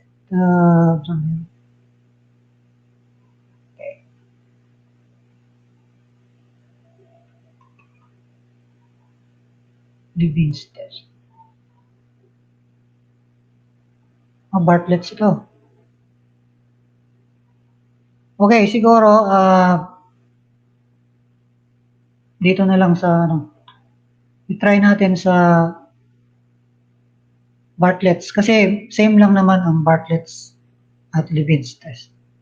So, i-copy natin yung score sa group 1. Then, paste natin dito sa box. And sa group 2, copy. And paste. So, calculate. So, mapansin niyo lumabas yung p-value, which is high.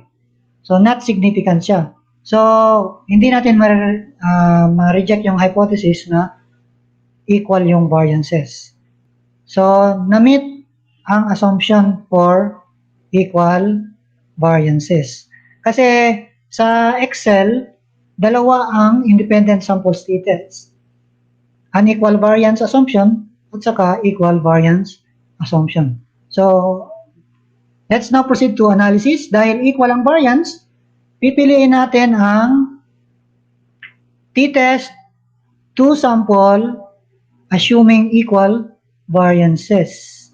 So, click on this and select this array. Next, this array. And our assumption is that there is no difference, so 0. So na-highlight pa natin labels. So wala. Okay? So, numeric. May labels. Okay. So, yung result, ito yung result ng independent samples t-test. So, punta tayo doon sa presentation. Okay. So, ito yung output ng independent samples t-test assuming equal variances. Yung two-tailed test, which is not significant because the p-value is greater than 0.05. P equals 0.0548. So, ibig sabihin, not significant. At yung Cohen's d or yung effect size niya is moderate lang. No? So, we failed to reject the null hypothesis. Ibig sabihin, magkapareho lang yung performance ng control group at experimental group. Okay. Let's try Mann-Whitney U-test. So, pupunta doon sa online calculator ng Mann-Whitney U-test at i-enter yung data. Then, click compute. Same results din, no? Not significant at 0.05 alpha. Okay. And the third example for 3 groups. So your research question is, do the average scores of students vary across groups? So for example, you used 3 sections of students, iba-ibang methods ng teaching. So gusto mo i-compare kung alin ang mas effective.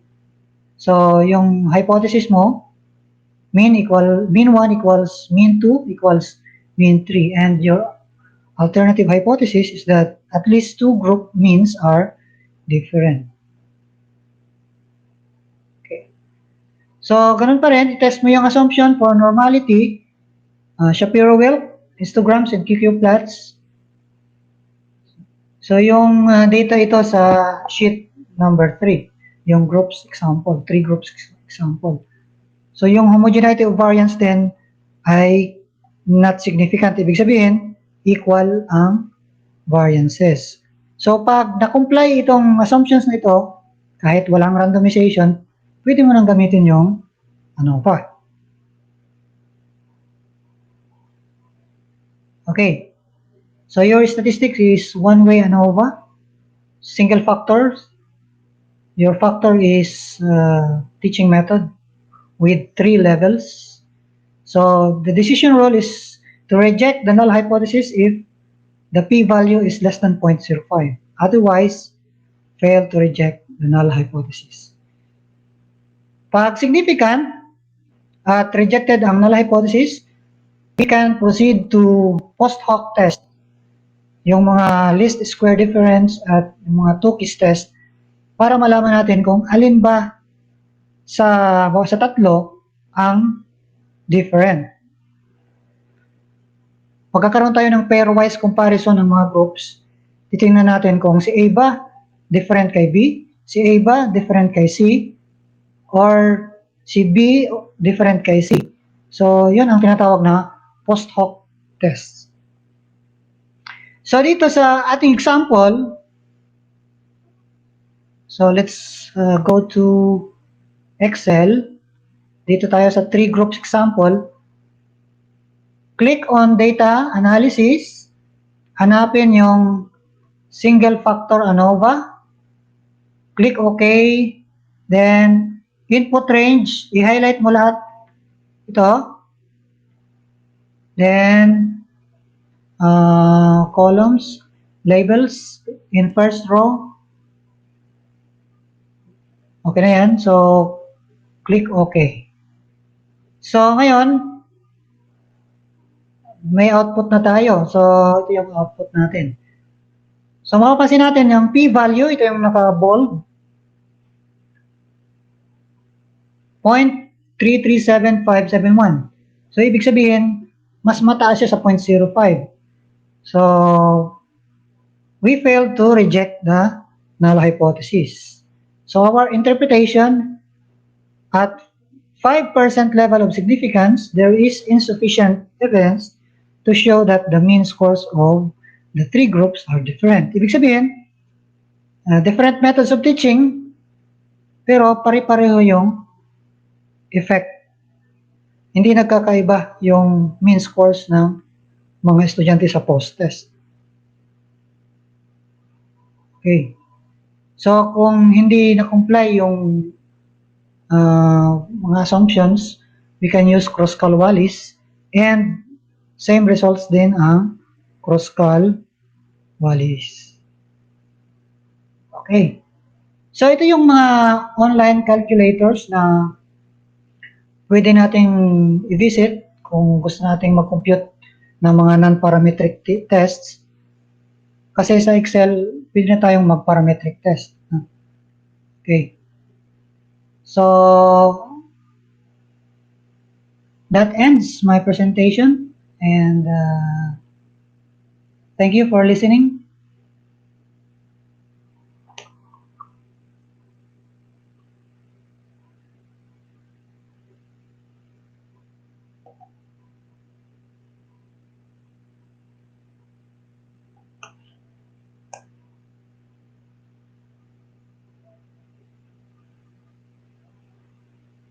Hello po. Ay, hello po, sir. Thank you so much, Sir Sherwin, for that very informative discussion. At the same time, nakaka-nosebleed po discussion. So, sir, nagralabas po ani mo mga dati na estudyante sa The Best Miscat po. Pa-shoutout daw po sila si Sir Loderick Balgos, Sir Roque Rubis, Ma'am Roxin Gabrito, Sir Chris Dahunan. Hello, mga ano ko yan, mga previous students ko. Opo, sir. So, kasabay na din po ako, sir. Salamat man po sa pag-asar sa basic mathematics. Patibay man pa na si Sir Paul Jowen. Natsambahan, sir, kay basic. So ano po sir, this time po we will be opening the line for some questions coming from the participants po sir regarding basic statistics for action research as well as po to sa mga parts po ng action research. So our participants are invited to post on the comment section your questions regarding the parts of action research proposal as well as po sa basic statistics which is part of the data analysis plan under action research methods. Sige po, Ma'am. Si Ma'am Cheryl Bermudo, Ma'am MJ, may also be added po sa stream so that she could also answer the question. Ayun, please comment your questions or clarifications about the discussed topics. Meron po ba? Sige po. So, sir, while waiting for our participants, I have here a question po. Regarding, sir, sa pre-test and post-test para po sa one group.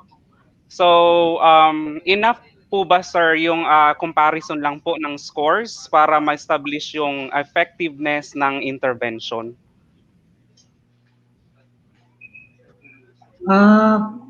Pwede nating masabi na ayun, yung increase sa post-test scores ay attributable sa intervention. Kasi naman kung hindi ka nag-implement, eh walang changes yun. Ayun. So, kung ganyan, sir, need talagang gumamit po ng statistical tools just like what you have presented. Opo. Sige Pero po. pwede namang descriptive lang. Gusto mong descriptive lang. The student scores improve after intervention. Pero hindi masyadong ano yan, convincing kumbaga. Ay, opo. Hmm, Parang weaker po siya unlike kung weaker yung ginamitan po ng statistical tools. opo. Sige po, sir. So, from Sir Loderick Balgos, Sir Sherwin, I love the way you discuss po statistics and statistical data. With this, I appreciate more the beauty of statistics. Salamat po, Sir Sherwin. Thank you din for appreciating. Opo, para Ma'am Abigail Ricanya, sir, ng Luya National High School. Basic po galid to, sir. Yes. Yun ang basic talaga sa ano. Yun ang mga basic requirement pag nagko-compute ka ng statistic. Ayun. So there is really, sir, a need for the researchers to be familiar with those statistical tools. Kasi basic po yun, talagang requirement. So, Ma'am Abigail, shout out po sa mga taga Rondina at Tindido National High School from Sir Daryl Tamayo, taga Debesen Scatman po ni sir. Opo. Sige. Parang bagan nagsusunggo pa po sir ang mga participants hindi pa po naka-enter in the mga questions. From Sir Jason Barun, thank you po Sir Sherwin, as always nakaka-amaze po. Shout out sa mga stat teachers, dapat irog po sa ni ang gintukdo nyo sa amon. Ayun, Sir Jason, pwede pa man po gyapon makahabol pag aram po sa statistics. Opo. Sige.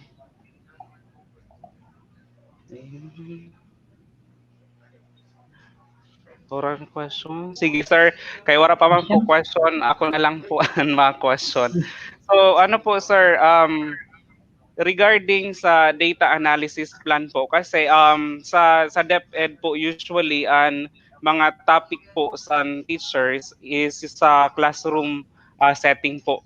Sa classroom setting wherein may go po sinda i-apply na intervention, innovation, on or strategy. So ano po sir ang pinakamaayo po na data analysis plan for this specific problem po? Unang-una, sa instrumentation mag-start, no? Opo. Halimbawa, gusto mong i-improve yung performance ng mga estudyante. So mag-start ka dun sa instrument muna, no? Maghanap ka ng mga valid and reliable instrument. Then, pa-check mo sa experts or pwedeng i-validate statistically using mga reliability indices. Then, pag ready na yung instrument mo, so magpaplano ka na, magdi-design ka ng experiment, pipili ka dun sa tatlo na present ni Ma'am Cheryl. Kasi yung pinakagamit, yung pre-experimental kasi, yun yung pinaka most economical kasi isang grupo lang. Kasi kung mag 2 groups ka, 3 groups, mahal na yun. So, kung kulang ang budget mo, pre-experimental ka. Kung malaki yung budget mo, so pwedeng 2 groups, 3 groups. Okay, after ng pag-design ng experiment, you should ensure that other variables na nag-intervene sa dependent variable ay makokontrol mo. Halimbawa, yung mga exposure ng mga bata sa labas, halimbawa, yung iba may internet connection, yung iba wala. Pwedeng maka-apekto yon sa dependent variable at magkaroon ng disturbance doon sa analysis. Pwedeng gumamit ka ng ibang statistical tool para mawala yung epekto ng mga extraneous variables like analysis of covariance kung nagkakaiba sila sa, halimbawa, exposure sa internet. So, pwedeng i-measure mo yung exposure sa internet in hours, tapos gawin mo siyang covariate sa analysis of covariance para maiwasan yung mga generalization na hindi naman kulang yung evidence, kumbaga. Kasi may mga intervening variables. So yun po, yun lang po yung may suggest ko para mas convincing yung result or mas valid and reliable yung ating analysis. So instrumentation, then planning of the experiment, and controlling the effects of extraneous variables. Ayun po. So, thank you so much for that, Sir Sherwin. So, an action research can be considered po under ano po, pwede siyang maging pre-experimental, ano, sir? Ay, Yung, ano po. sir, Yes, Sir PJ.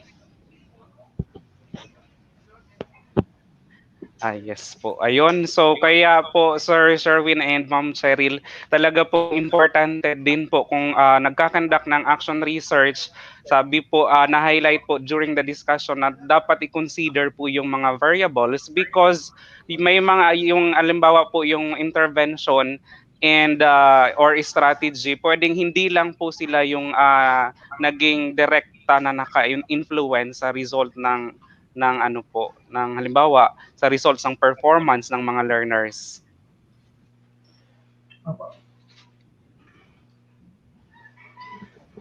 So kaya dapat po maging extra careful. Then na-mention din po yung covariance. Sige po, dagdag naman po sa amon mga pasunggo. But pwede man po, Ma'am Che, ano, na amon or aton basahon po ini siya ng mga covariance para guided po ang mga researcher. Yes, Sir madali lang po PJ. yun. Apa. Sige po, Ma'am Che. Sorry. Okay. Thank you so much, Sir Sherwin. We are so blessed this morning to have you in this episode. Kumbaga, marami kaming natutunan regarding how shall we attack mathematically the the analysis of our action research.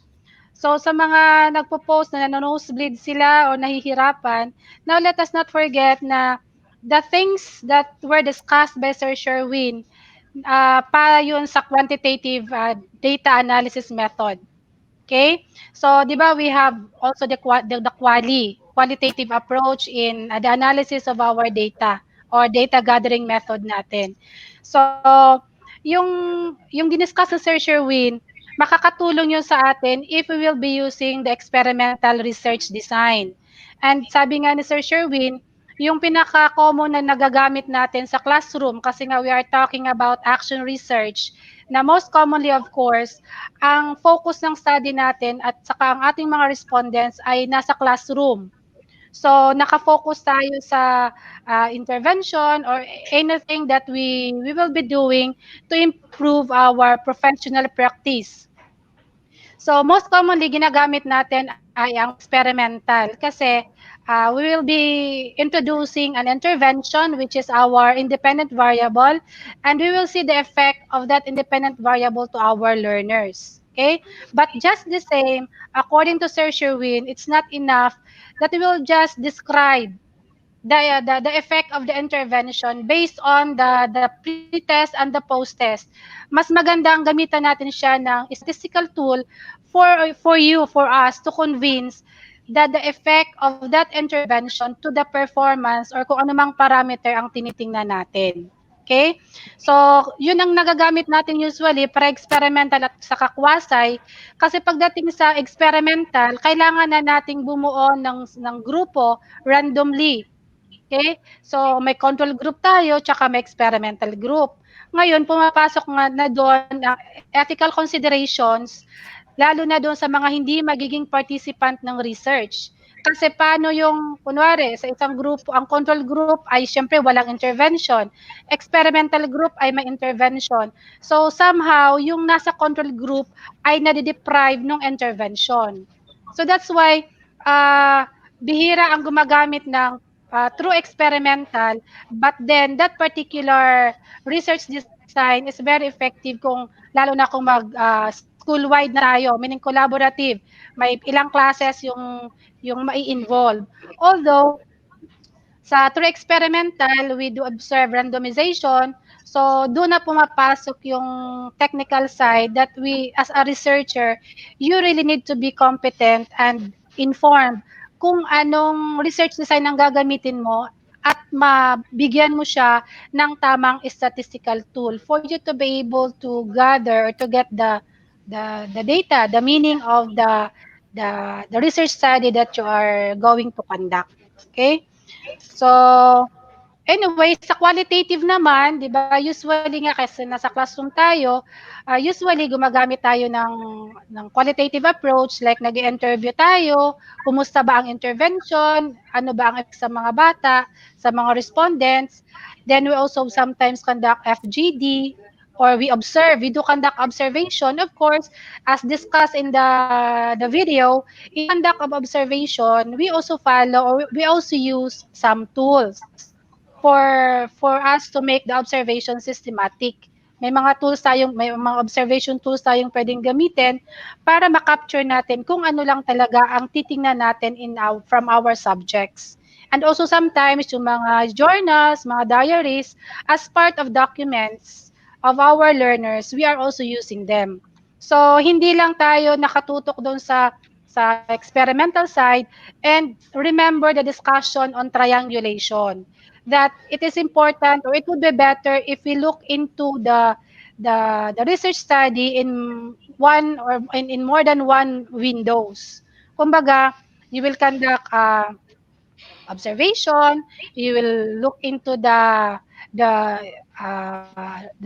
performance of the learners depende sa parameter na naset mo in your proposal, at saka may titingnan ka pang mga diaries or mga journals nila for you to triangulate your data para makita natin kung consistent ba yung naging implementation natin of the plan. Okay? So, yun, marami tayong natutunan sa quantitative. Yan. So, kung paano siya pipiliin, Sir Sherwin was able to clearly discuss to us anong statistical tool ang gagamitin kapag ganito ang ating data at ganito ang naging setup natin. So pipili na lang tayo doon. I know sa mga baguhan na panood ng presentation ni Sir Sherwin, medyo manibago man talaga kayo doon sa mga terminologies and the different ang tawag doon, statistical tools na na-present. But then, if paulit-ulit mo siyang babasahin or papanoorin at i-apply in your own data, the more that you will be able to appreciate the use of those tools. And tama si Sir Sherwin, tama yung title ng ating episode, Basic Stat for Statistics. Basic yon.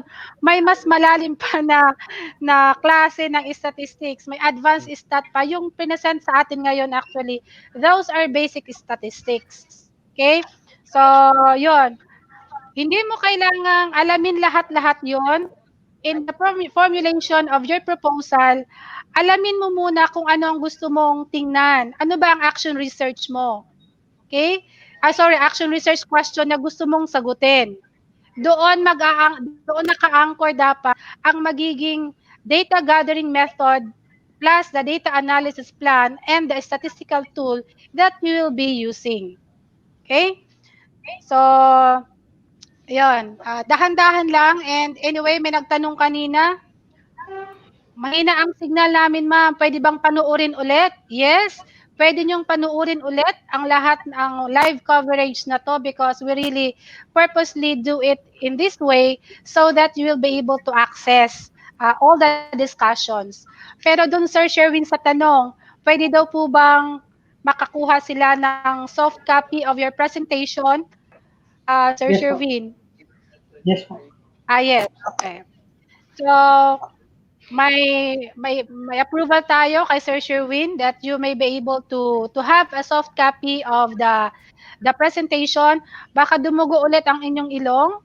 So dapat katabi nyo si Google at saka malakas ang Okay. internet ninyo.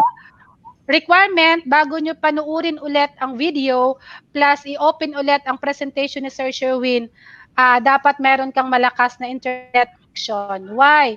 'Di ba nandun yung mga statistical tools, may mga link na binigay that would help you a lot. Kasi kung wala kang connection, internet connection, baka lalong magna-nosebleed kasi daming present doon si Sir Sherwin na mga calculators. So kung wala kang access doon, the more na medyo ano ba yun, mag-nosebleed ka. But then, yun, pwede nyo siyang panuorin and we will be giving you the soft copy of the presentation of our brilliant speaker this morning.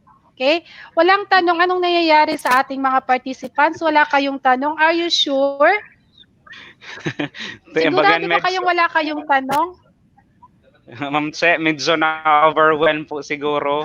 So, kung marano nga ako na lang po, nga, Sige pe. please allow me to take this opportunity po to ask Ma'am Cheryl, di po kag si Sir Sherwin po regarding sa action research. Kay siguro po medyo naalo lang po inasinda. Sige po.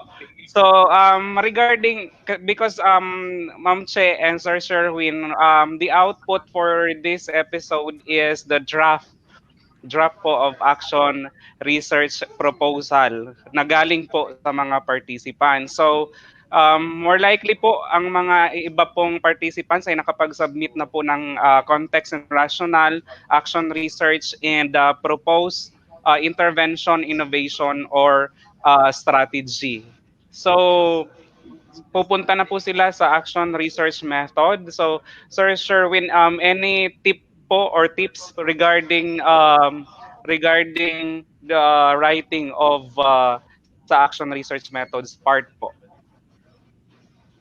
Sa action research method, ilagay lang yung setup ng experiment. Halimbawa, how the participants were selected, how many participants,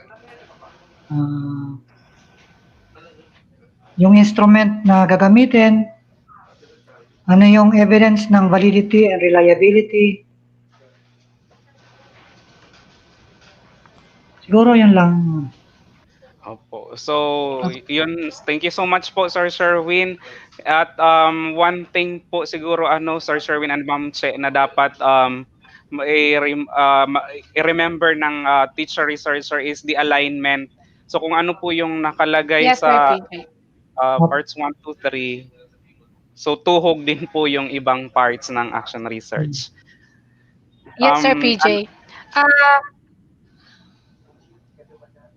yes, Sir PJ. You are done with your first three parts.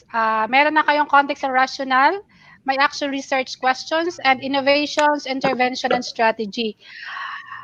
Ang gagawin nyo ngayon is sa data, sa action research methods ninyo, you need to align now your methodology to your action research question. Okay? You are going to align all the succeeding parts to the action research question that you have identified and you have stated in your proposal. Okay? Sa mga nakita kong mga action research question na marami at saka hiwa-hiwalay, masyado siyang broad at saka hindi siya kayang gawin in one action research. We have emphasized during the previous episodes that the action research question must be something, it must be very simple, it must be focused so that you will be able to give corresponding methodology for you to answer that research question. Okay?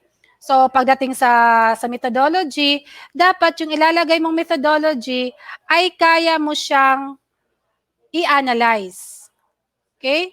So, if you have 3 action research questions na supportive to your main problem, each research question must be accompanied with your plan on how you will gather data to answer those research questions. And of course, you should also be able to provide in the plan your data analysis plan for each data gathering method that you will be putting in your proposal. Okay?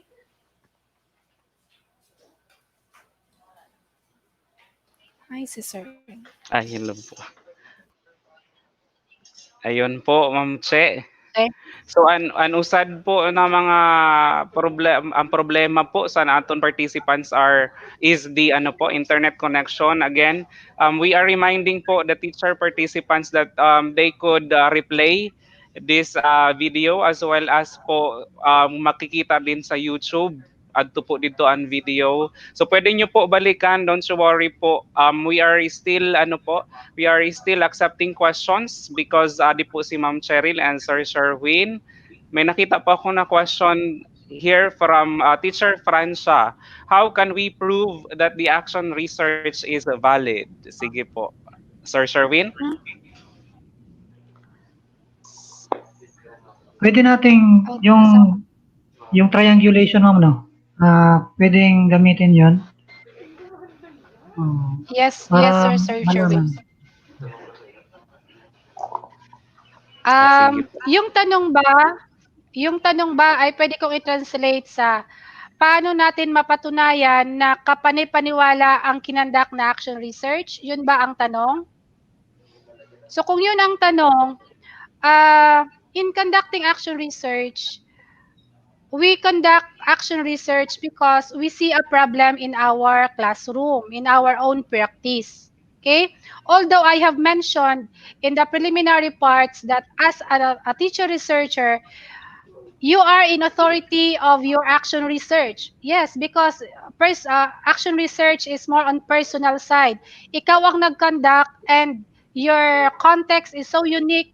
Therefore, you may present the result of your study based on the uniqueness of your context. However, as a researcher, let us be guided by the principle that we do it because we want to improve, not because we just want to produce a paper. We don't have a way.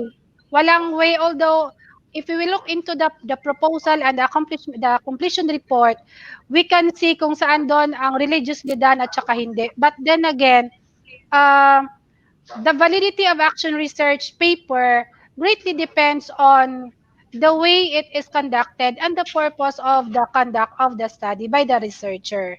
Okay? And valid ba when it comes to analysis, kung analysis ang tinutukoy doon sa validity, then the different statistical tools presented by Sir Sherwin would really tell you if the meaning or the results that you have generated, your analysis, to be exact, your analysis is valid or not. Okay? So, yun. Yun, thank you so much po, Ma'am Che and Sir Sherwin. So, another question po from Teacher Jessa Argawanon. May DepEd order po ba that discusses in detail all the parts of the action research? Can we change or modify po some parts of what we already passed as an output for episode 3 of this webinar? Ma'am Che? Okay. Regarding the parts of the action research, it is included, or yes, it is stated in DepEd Order number 16, Series 2017. But as to the discussion on how you will be writing the parts, uh, we don't have DepEd Order to give you as to the specific or the detailed discussion on those parts. That's why we are having this webinar series, because we know that the DepEd order is not enough for you to be able to come up with a proposal or a research paper. So diniscuss, kung napapansin ninyo, we package this webinar in such a way that each part will be discussed in detail per episode. Okay? Para alam nyo kung anong mga tips and considerations in the formulation of each part of the action research proposal. Now, so kung yung nagtanong ay hindi naka ano doon sa previous episodes, as mentioned by Sir PJ, we uploaded all the videos as to how to write the context and rationale, how to formulate your action research question up to the last part. We have 8 parts of an action research proposal. You will be able to access the discussions on how to formulate those, how to write those parts in the Planning and Research YouTube channel. Okay, including the live coverage of this discussion. And in the future, after the webinar series, we will be posting some materials for you to have more concrete examples on the different parts of the action research proposal. And on the question, can we change or modify some parts that we already had passed as an output? Yes, sabi nga natin, kahit nga yung title ng action research is a working title hangga't hindi pa natatapos ang inyong proposal. Same with the different parts of your proposal. Lahat yon ay pag nag-draft kayo, you write them kung ano lang pumasok sa isip nyo, kung ano isusulat, but then still all those parts are working parts, and you are still given the chance to, of course, to modify or to change those submitted proposal, submitted output in episode 3. Namin doon kung na-capture nyo ba kung ano ang tamang paggawa ng context and rationale, ng action research question, at nung pag-propose ng innovation, intervention, or strategy.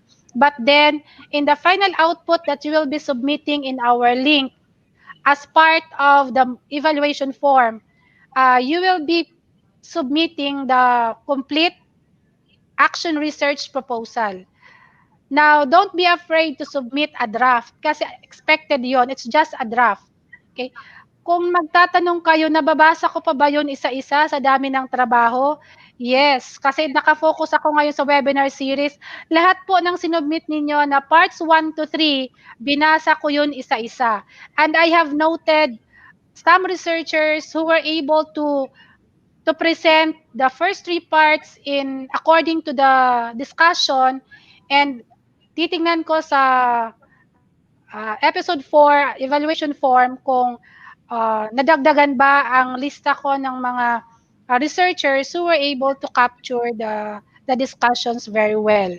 And isubmit nyo yan sa evaluation form so that you will be given technical assistance. Aside from the fact that that is a requirement for you to be given certificate of completion. Completion meaning natapos nyo ang webinar series. Those who have attended per episode, you will be given certificate of participation per episode. But those who will be able to submit the whole action research proposal, you will be given certificate of completion. Okay?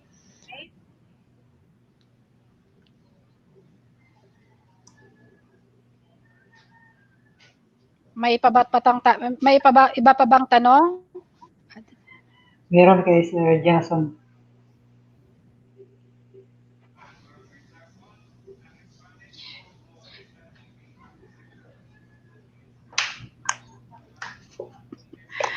Walang sound si Sir PJ. Sir P. Sorry. Ang respondents po, less than 15, tapos ang gagamiton mo pre-experimental, one group, pre-test, post-test design. Iti-test mo po ang effectiveness ang usad na assessment. Example, portfolio assessment. Ano po gani ang mga pwede gamiton na statistical tool? Sige po, Kung Sir ang Sherwin. purpose is kung ang purpose mo is to test the effectiveness of an assessment tool, siguro parang validation yan ng instrument. So sa validation, yung mga test sa validation is test of reliability and validity. Siguro, expert validation na lang. Tapos sa estudyante, internal consistency. Kasi portfolio assessment ito it involves rubrics.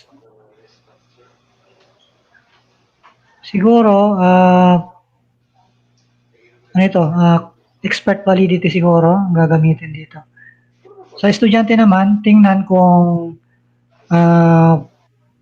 for different samples of students, consistent ba yung result dito sa assessment na ginawa mo para makita mo kung across groups consistent yung responses.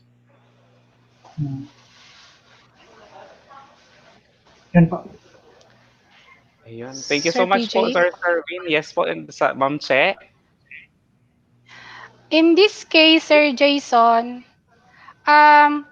i-clarify ko lang, no, the intervention or the strategy na ipipresent mo is the use of portfolio assessment. That is your strategy or intervention. Ngayon, gaano ka-effective ang portfolio assessment? But then again, ang magiging measure mo ay nakatutok sa performance. Am I right?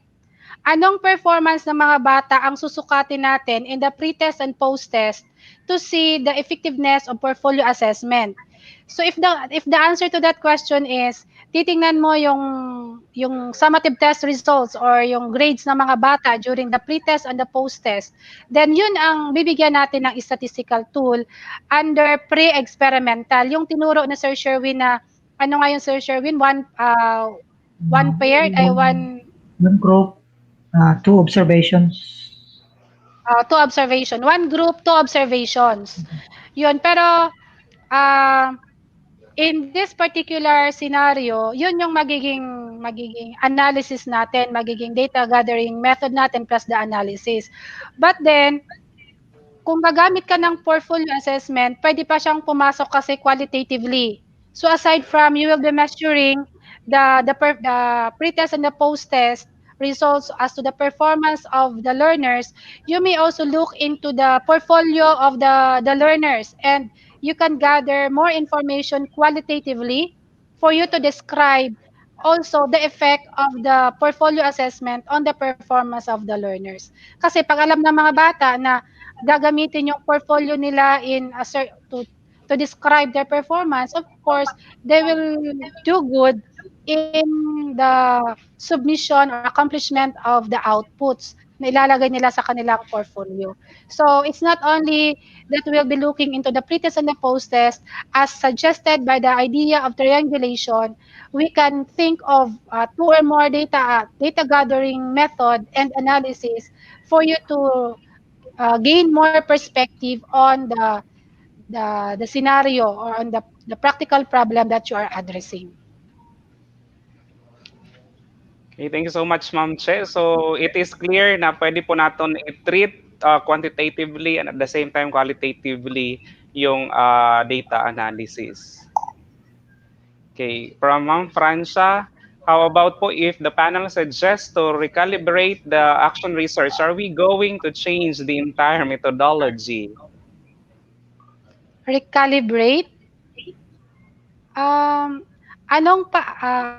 Anong panel po ba ito, ma'am, ang nire-refer mo who wants to recalibrate? In DepEd, we have yung process kasi natin, di ba? You submit your action research proposal to the secretariat. I am playing the role of as a secretariat in the School Division Research Committee. Ngayon, as part of the technical assistance, kasi nasa mandate ko naman ang research, before I'll submit your proposal to evaluation by the Division Research Committee, ini-screen ko muna yung mga action research proposal as to the alignment, as to the yung theme ba, okay ba siya, pasok ba siya sa focus ng DepEd ngayon, ng division natin, as to the agenda. So, yon, kung ang nire-refer dito na recalibrate is binabalik sa iyo to further improve the proposal based on the evaluation tool and the alignment of parts, then you don't need to change the entire methodology. Kung ano lang yung may comment for improvement, yun lang ang i-improve mo. But let us always be guided that your action research proposal, all parts of your action research proposal must all be aligned. Kasi hindi pwedeng ito ang method, data gathering method mo, iba naman ang ginamit mong statistical tool. So, ito yung action research question mo. How effective is the use of a certain intervention? Pagdating naman sa data gathering method mo, iba naman ang nilagay mo, which is not aligned to your action research question. That would mislead you in the analysis of your results. Saka hindi mo makukuha ang tamang kasagutan sa action research question mo if your parts of action research are not well aligned. Salamat po, Ma'am Che. Talaga naman po yung Schools Division Research Committee is really there para matulungan po yung ating mga teacher researchers. So another question po for Sir Sherwin, just a clarificatory questions on the data analysis plan. Our study is all about improving the competence of solving integers for grade 7, and we will be using pre-test and post-test for this.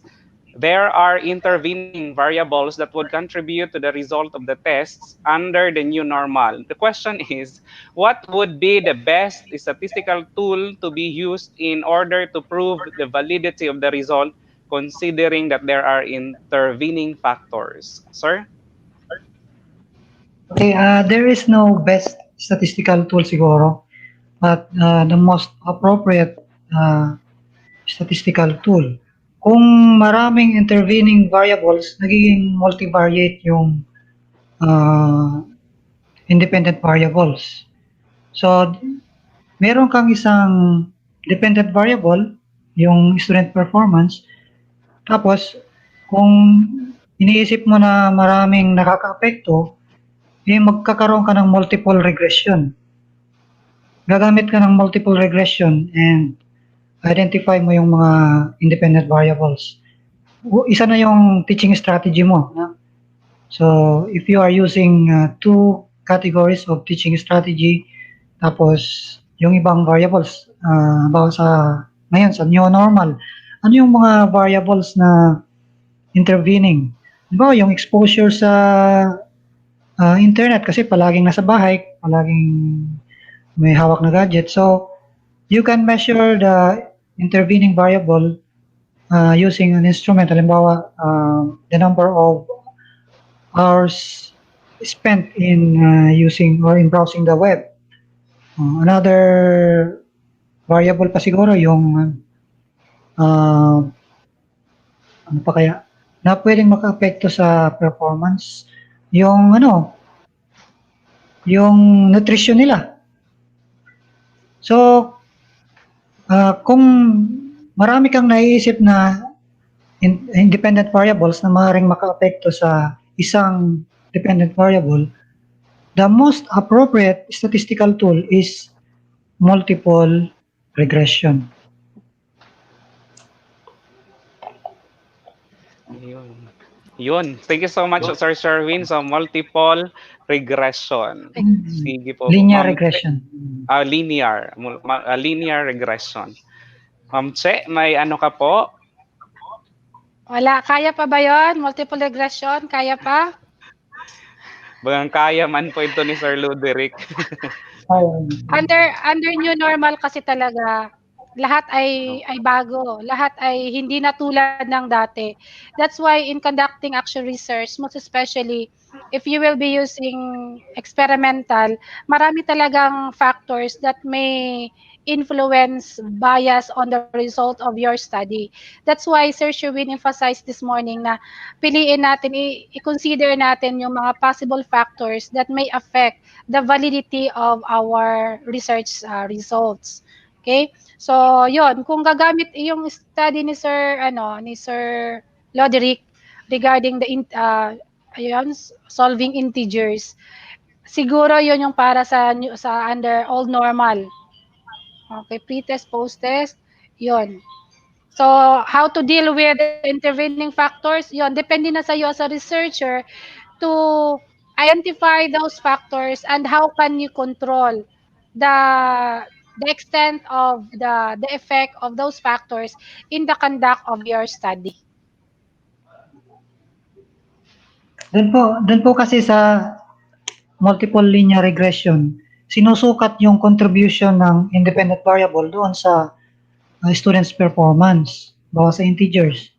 So, ma-measure yung kumbaga yung percent of contribution to the dependent variable. Kung mataas yung contribution niya doon sa dependent variable, so most likely ano siya, intervening siya. Pero pag negligible naman yung contribution niya, ibig sabihin hindi siya nag-intervene. So makikita rin yan sa mga estimates sa parameters ng multiple linear regression. Sige po. Salamat, Sir Sherwin.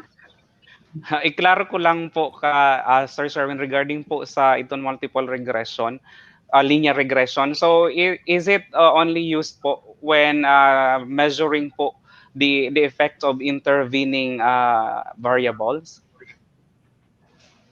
Lahat po ng naisip natin na variables based sa literature review natin, halimbawa, nakita natin na yung hindi lang yung learnings, pati yung attitude nakaka-apekto rin sa performance. So, halimbawa, ang literature review ay nagsasabi na pag mataas ang self-efficacy, mataas din yung performance ng estudyante. So, we can include as many variables as we can if the review of literature supports this.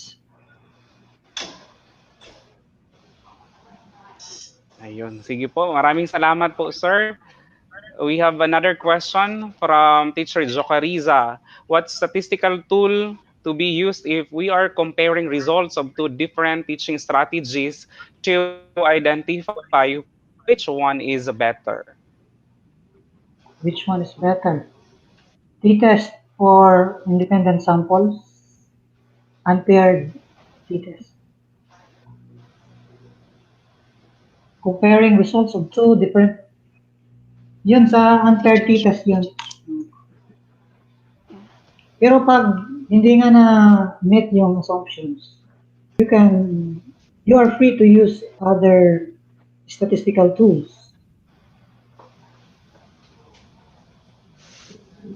Ayun, sige po. Okay, so Ma'am Che, follow-up question po regarding this this view. So, is it possible po, Ma'am Che, na instead of comparing results of two different teaching strategies, is it possible na yung uunahin muna is yung isang strategy to check whether it will be effective?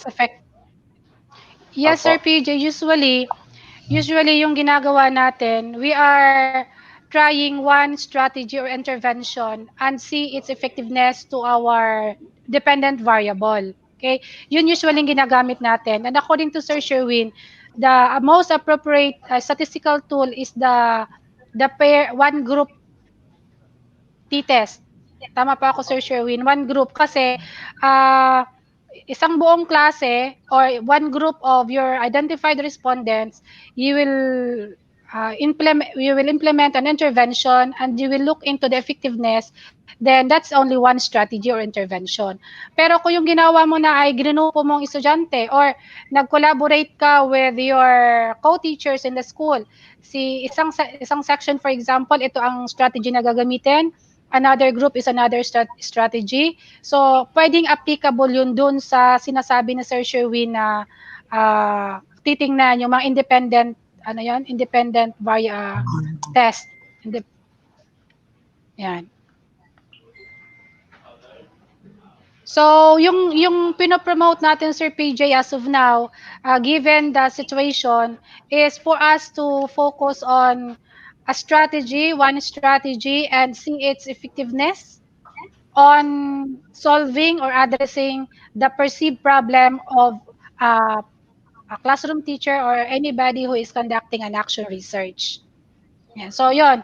May mga sinuggest si Sir Sherwin, andun sa table, madaling siyang sundan. Kapag ka ganito ang sitwasyon mo, ito yung focus ng study mo, anong statistical tool ang pwede mong gamitin? Provided you will be able to satisfy the assumptions. Okay?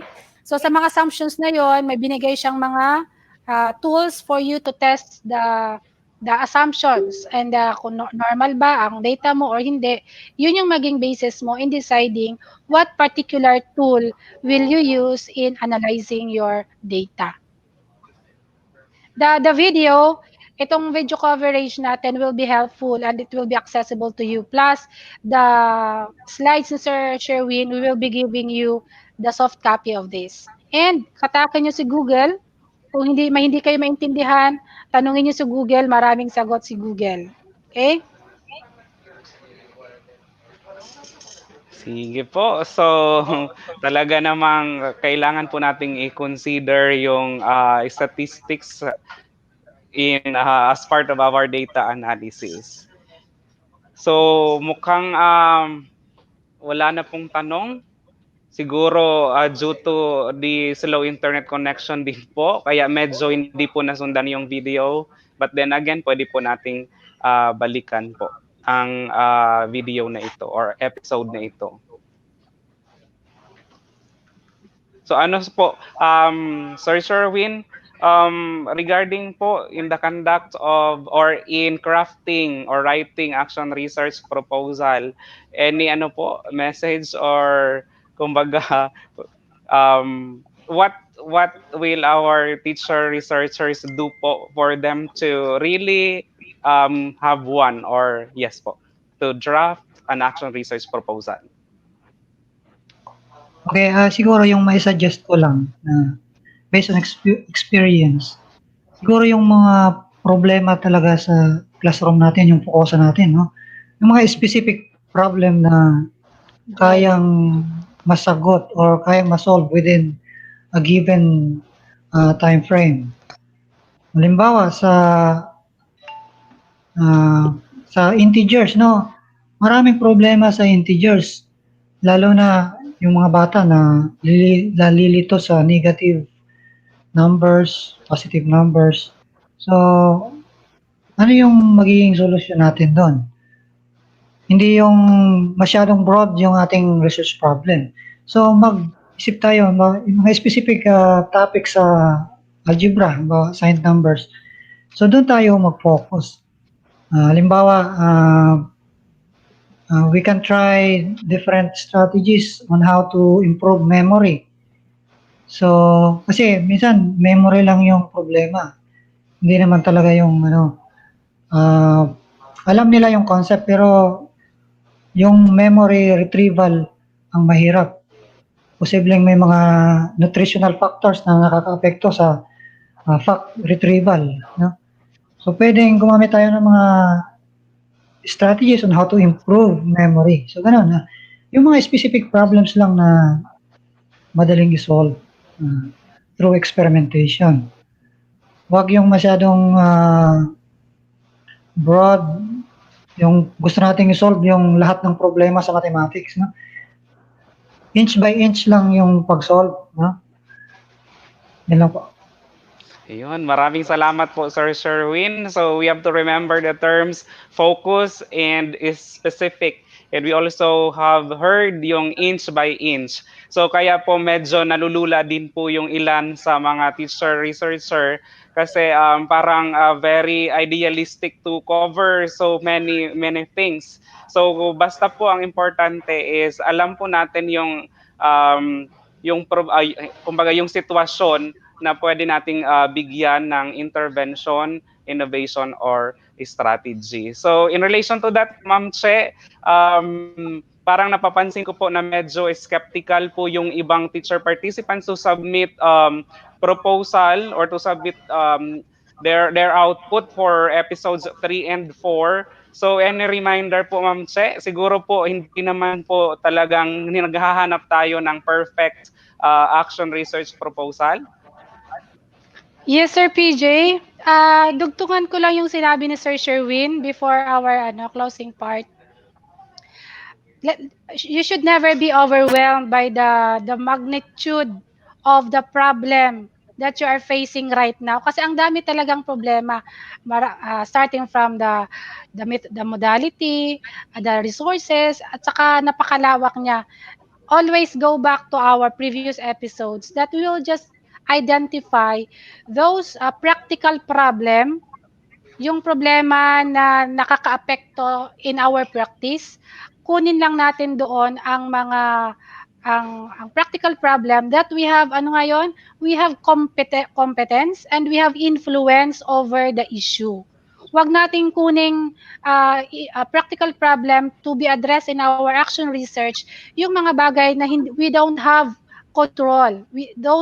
Those things which are beyond our control, do not consider that in your action research. Just focus on your own practice and identify the practical problem which is within your control and you can conduct that under the new normal.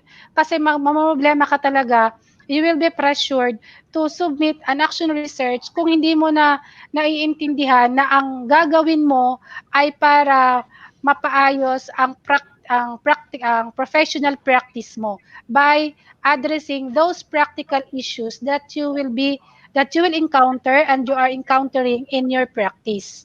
Okay? So wag bigyang solusyon ang maraming problema sa isang action research. One practical issue or problem in one action research. Kasi nga sabi natin nung una, malay mo yung ginawa mong intervention ngayon will also be contributory to solving yung isang problem pa na naisip mo. So inch by inch, sabi ni Sir Sherwin, so tayo naman one at a time. So paisa-isa lang, be specific and so that you will have focus.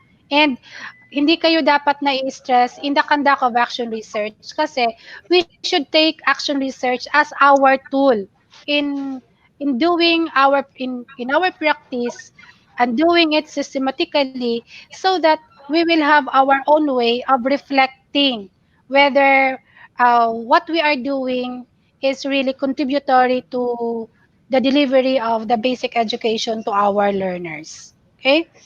So, yung naging example ni Sir Sherwin, mathematics, kasi mathematics major si Sir Sherwin.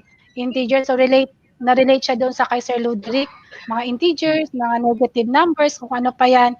Ngayon, walang nagtatanong about reading. Although, nung 2019-2020, ang naging priority ng division natin is more about reading because of the alarming number of struggling readers or readers and their frustration level, reading level based on the division data.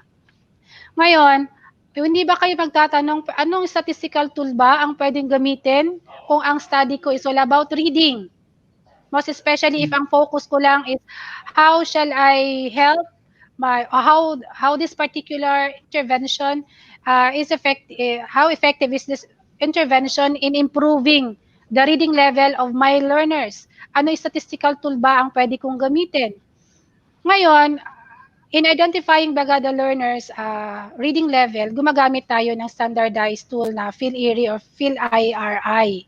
So ngayon, yun ang gagamitin natin in looking into the effectiveness of the intervention about reading kasi ang ginamit nating tool in measuring the level, baseline data is the PhilIRI. Okay? So hindi mo yan pwedeng gamitan ng Kruskal-Wallis or kung anong statistical tool kasi we are using the PhilIRI. Maliban na lang kung yung reading ability ay i-connect mo pa sa ibang parameter na pwede natin i-treat using statistical tool. Okay?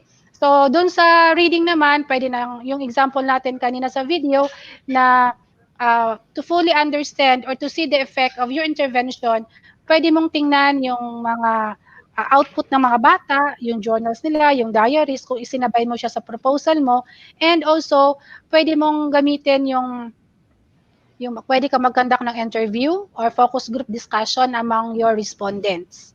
Yon. So may mga bagay na hindi mo kailangang i-complicate. Baka takot na kayong mag-propose because of the discussion on quantitative analysis of your data. We presented that because those are helpful, truly helpful to those who will be conducting experimental research design. Okay? So again, i-emphasize ko ang data gathering method and the analysis plan would greatly depend on the action research that you will be answering. Okay? So, ano to Sir PJ? Closing statement na, hindi pa naman. I-connect ko lang ito sa 5D action research process model natin. Remember in episode 2, the 5D action research model, we have the detect, we have the design, do, determine, and disclose. Ang tanong, saan na ba tayo ngayon? And in episode 4, remember that our webinar series it will just focus on action research proposal writing and evaluation. So, sa 5D, tapos na natin ang detect. Na-identify na natin ang problema natin. Pagka-identify ng problema, na i-present na natin ang why, kung bakit tayo magkakandak ng research. At na-formulate na natin ang ating action research question na sasagutan natin. And you were able to think of a proposal or a proposed innovation, intervention, or strategy. Ngayon, ang pinag-uusapan na natin is the design, the research design, which is the second D of the 5D action research model. Doon lang magtatapos ang ating webinar series. Kasi ang susunod ay do, meaning implement the plan. In the implementation of the plan, labas na yon sa action research proposal writing. But then, again, ang lahat ng gawin mo or isusulat mo sa action research proposal mo would matter in the actual implementation or action research study. So that's why I am emphasizing na sa action research proposal pa lang, dapat yun lahat aligned. So that in the implementation, in the measurement, in the determination of the effectiveness of your intervention or your action, generally baga yung tawag natin doon sa innovation, intervention strategy ay yung action that we will do to effect change in our professional practice. So, yun. Tapos yung last din natin ay disclose.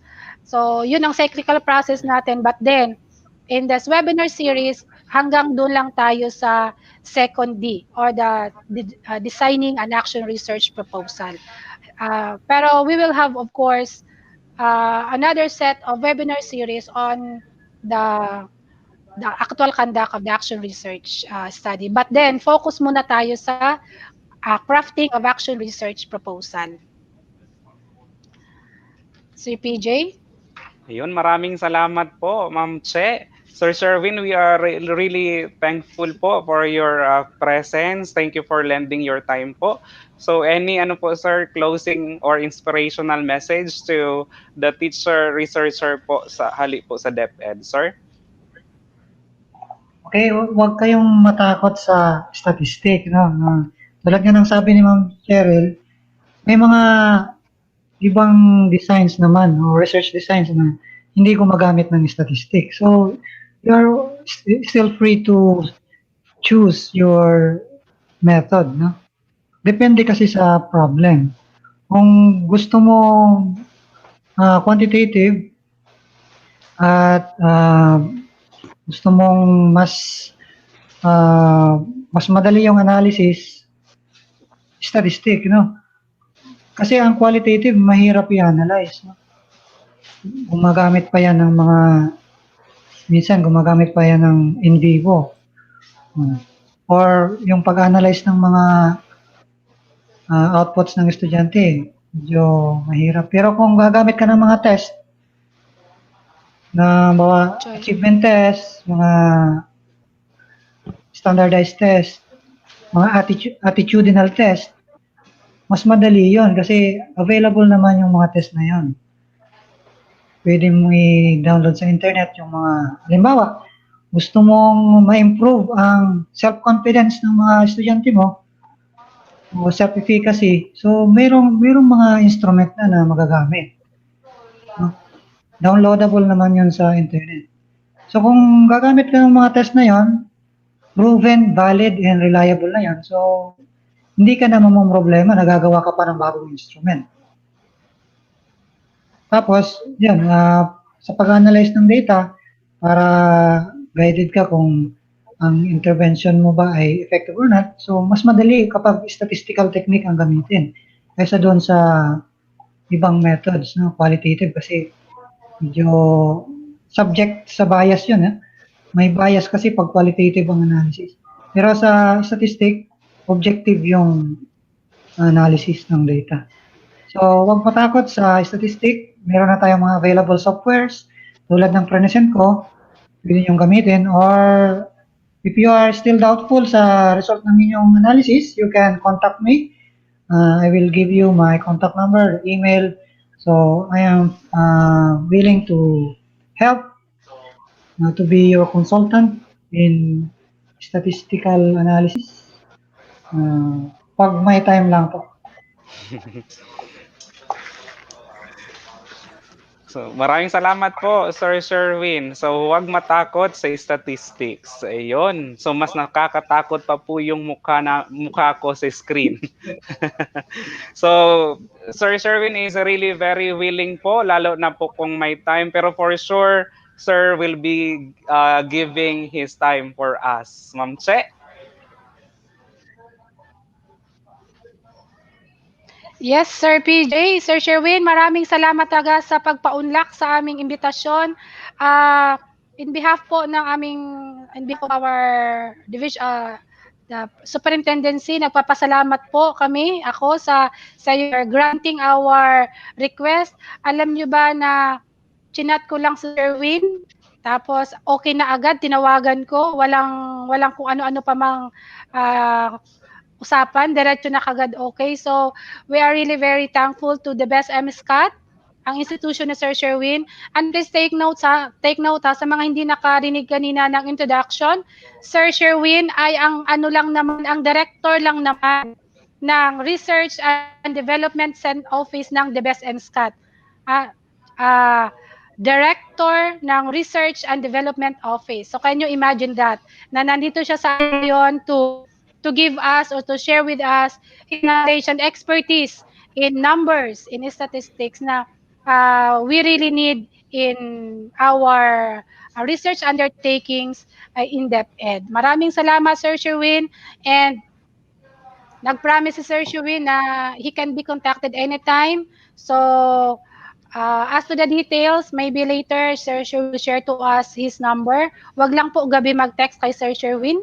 Kasi syempre, ibang usapan na yun pag gabi. Dapat office hour lang din para may focus.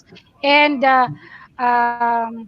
don't be afraid to ask from any one of us, Sir PJ, ako, kung sino pa man ang gusto nyong tanungin, at Sir Sherwin, most especially in statistics, when it comes to the crafting of your action research. Okay? So, Sir Thank you very much. Sherwin, maraming salamat talaga. Di po dito nagtatapos ang ating relasyon. Our working relationship does not end here. More engagements po in the future. Yes po, ma'am. kailangan po namin ang iyong expertise. Maraming salamat po talaga. Welcome po, ma'am. I'm willing to help with it. Perhaps we can think of other activity to further enrich the learnings of our research enthusiasts when it comes to statistics. Okay? By that time siguro, pipili na lang kami kung sino talaga yung mga interested para more focused.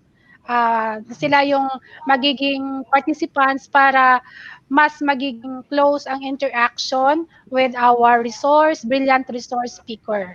Okay? So future plan yan, Sir Sherwin.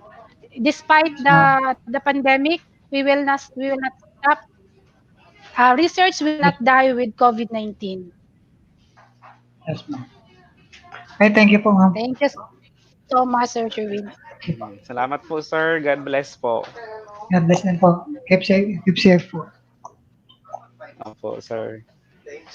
Okay, at yun na nga po. We are done with episode 4, Ma'am Che, yung ating pong evaluation link na kung saan mag-upload sila ng draft action research proposal. Okay, ito na yung hinihintay ninyo. Dito nyo na i-upload ang inyong action research proposal as an output, as your output, but do not consider this as just an output for compliance, but your purpose in an uploading is for us to be able to see or to look into the extent of your learning in this action research webinar series. So that's our link.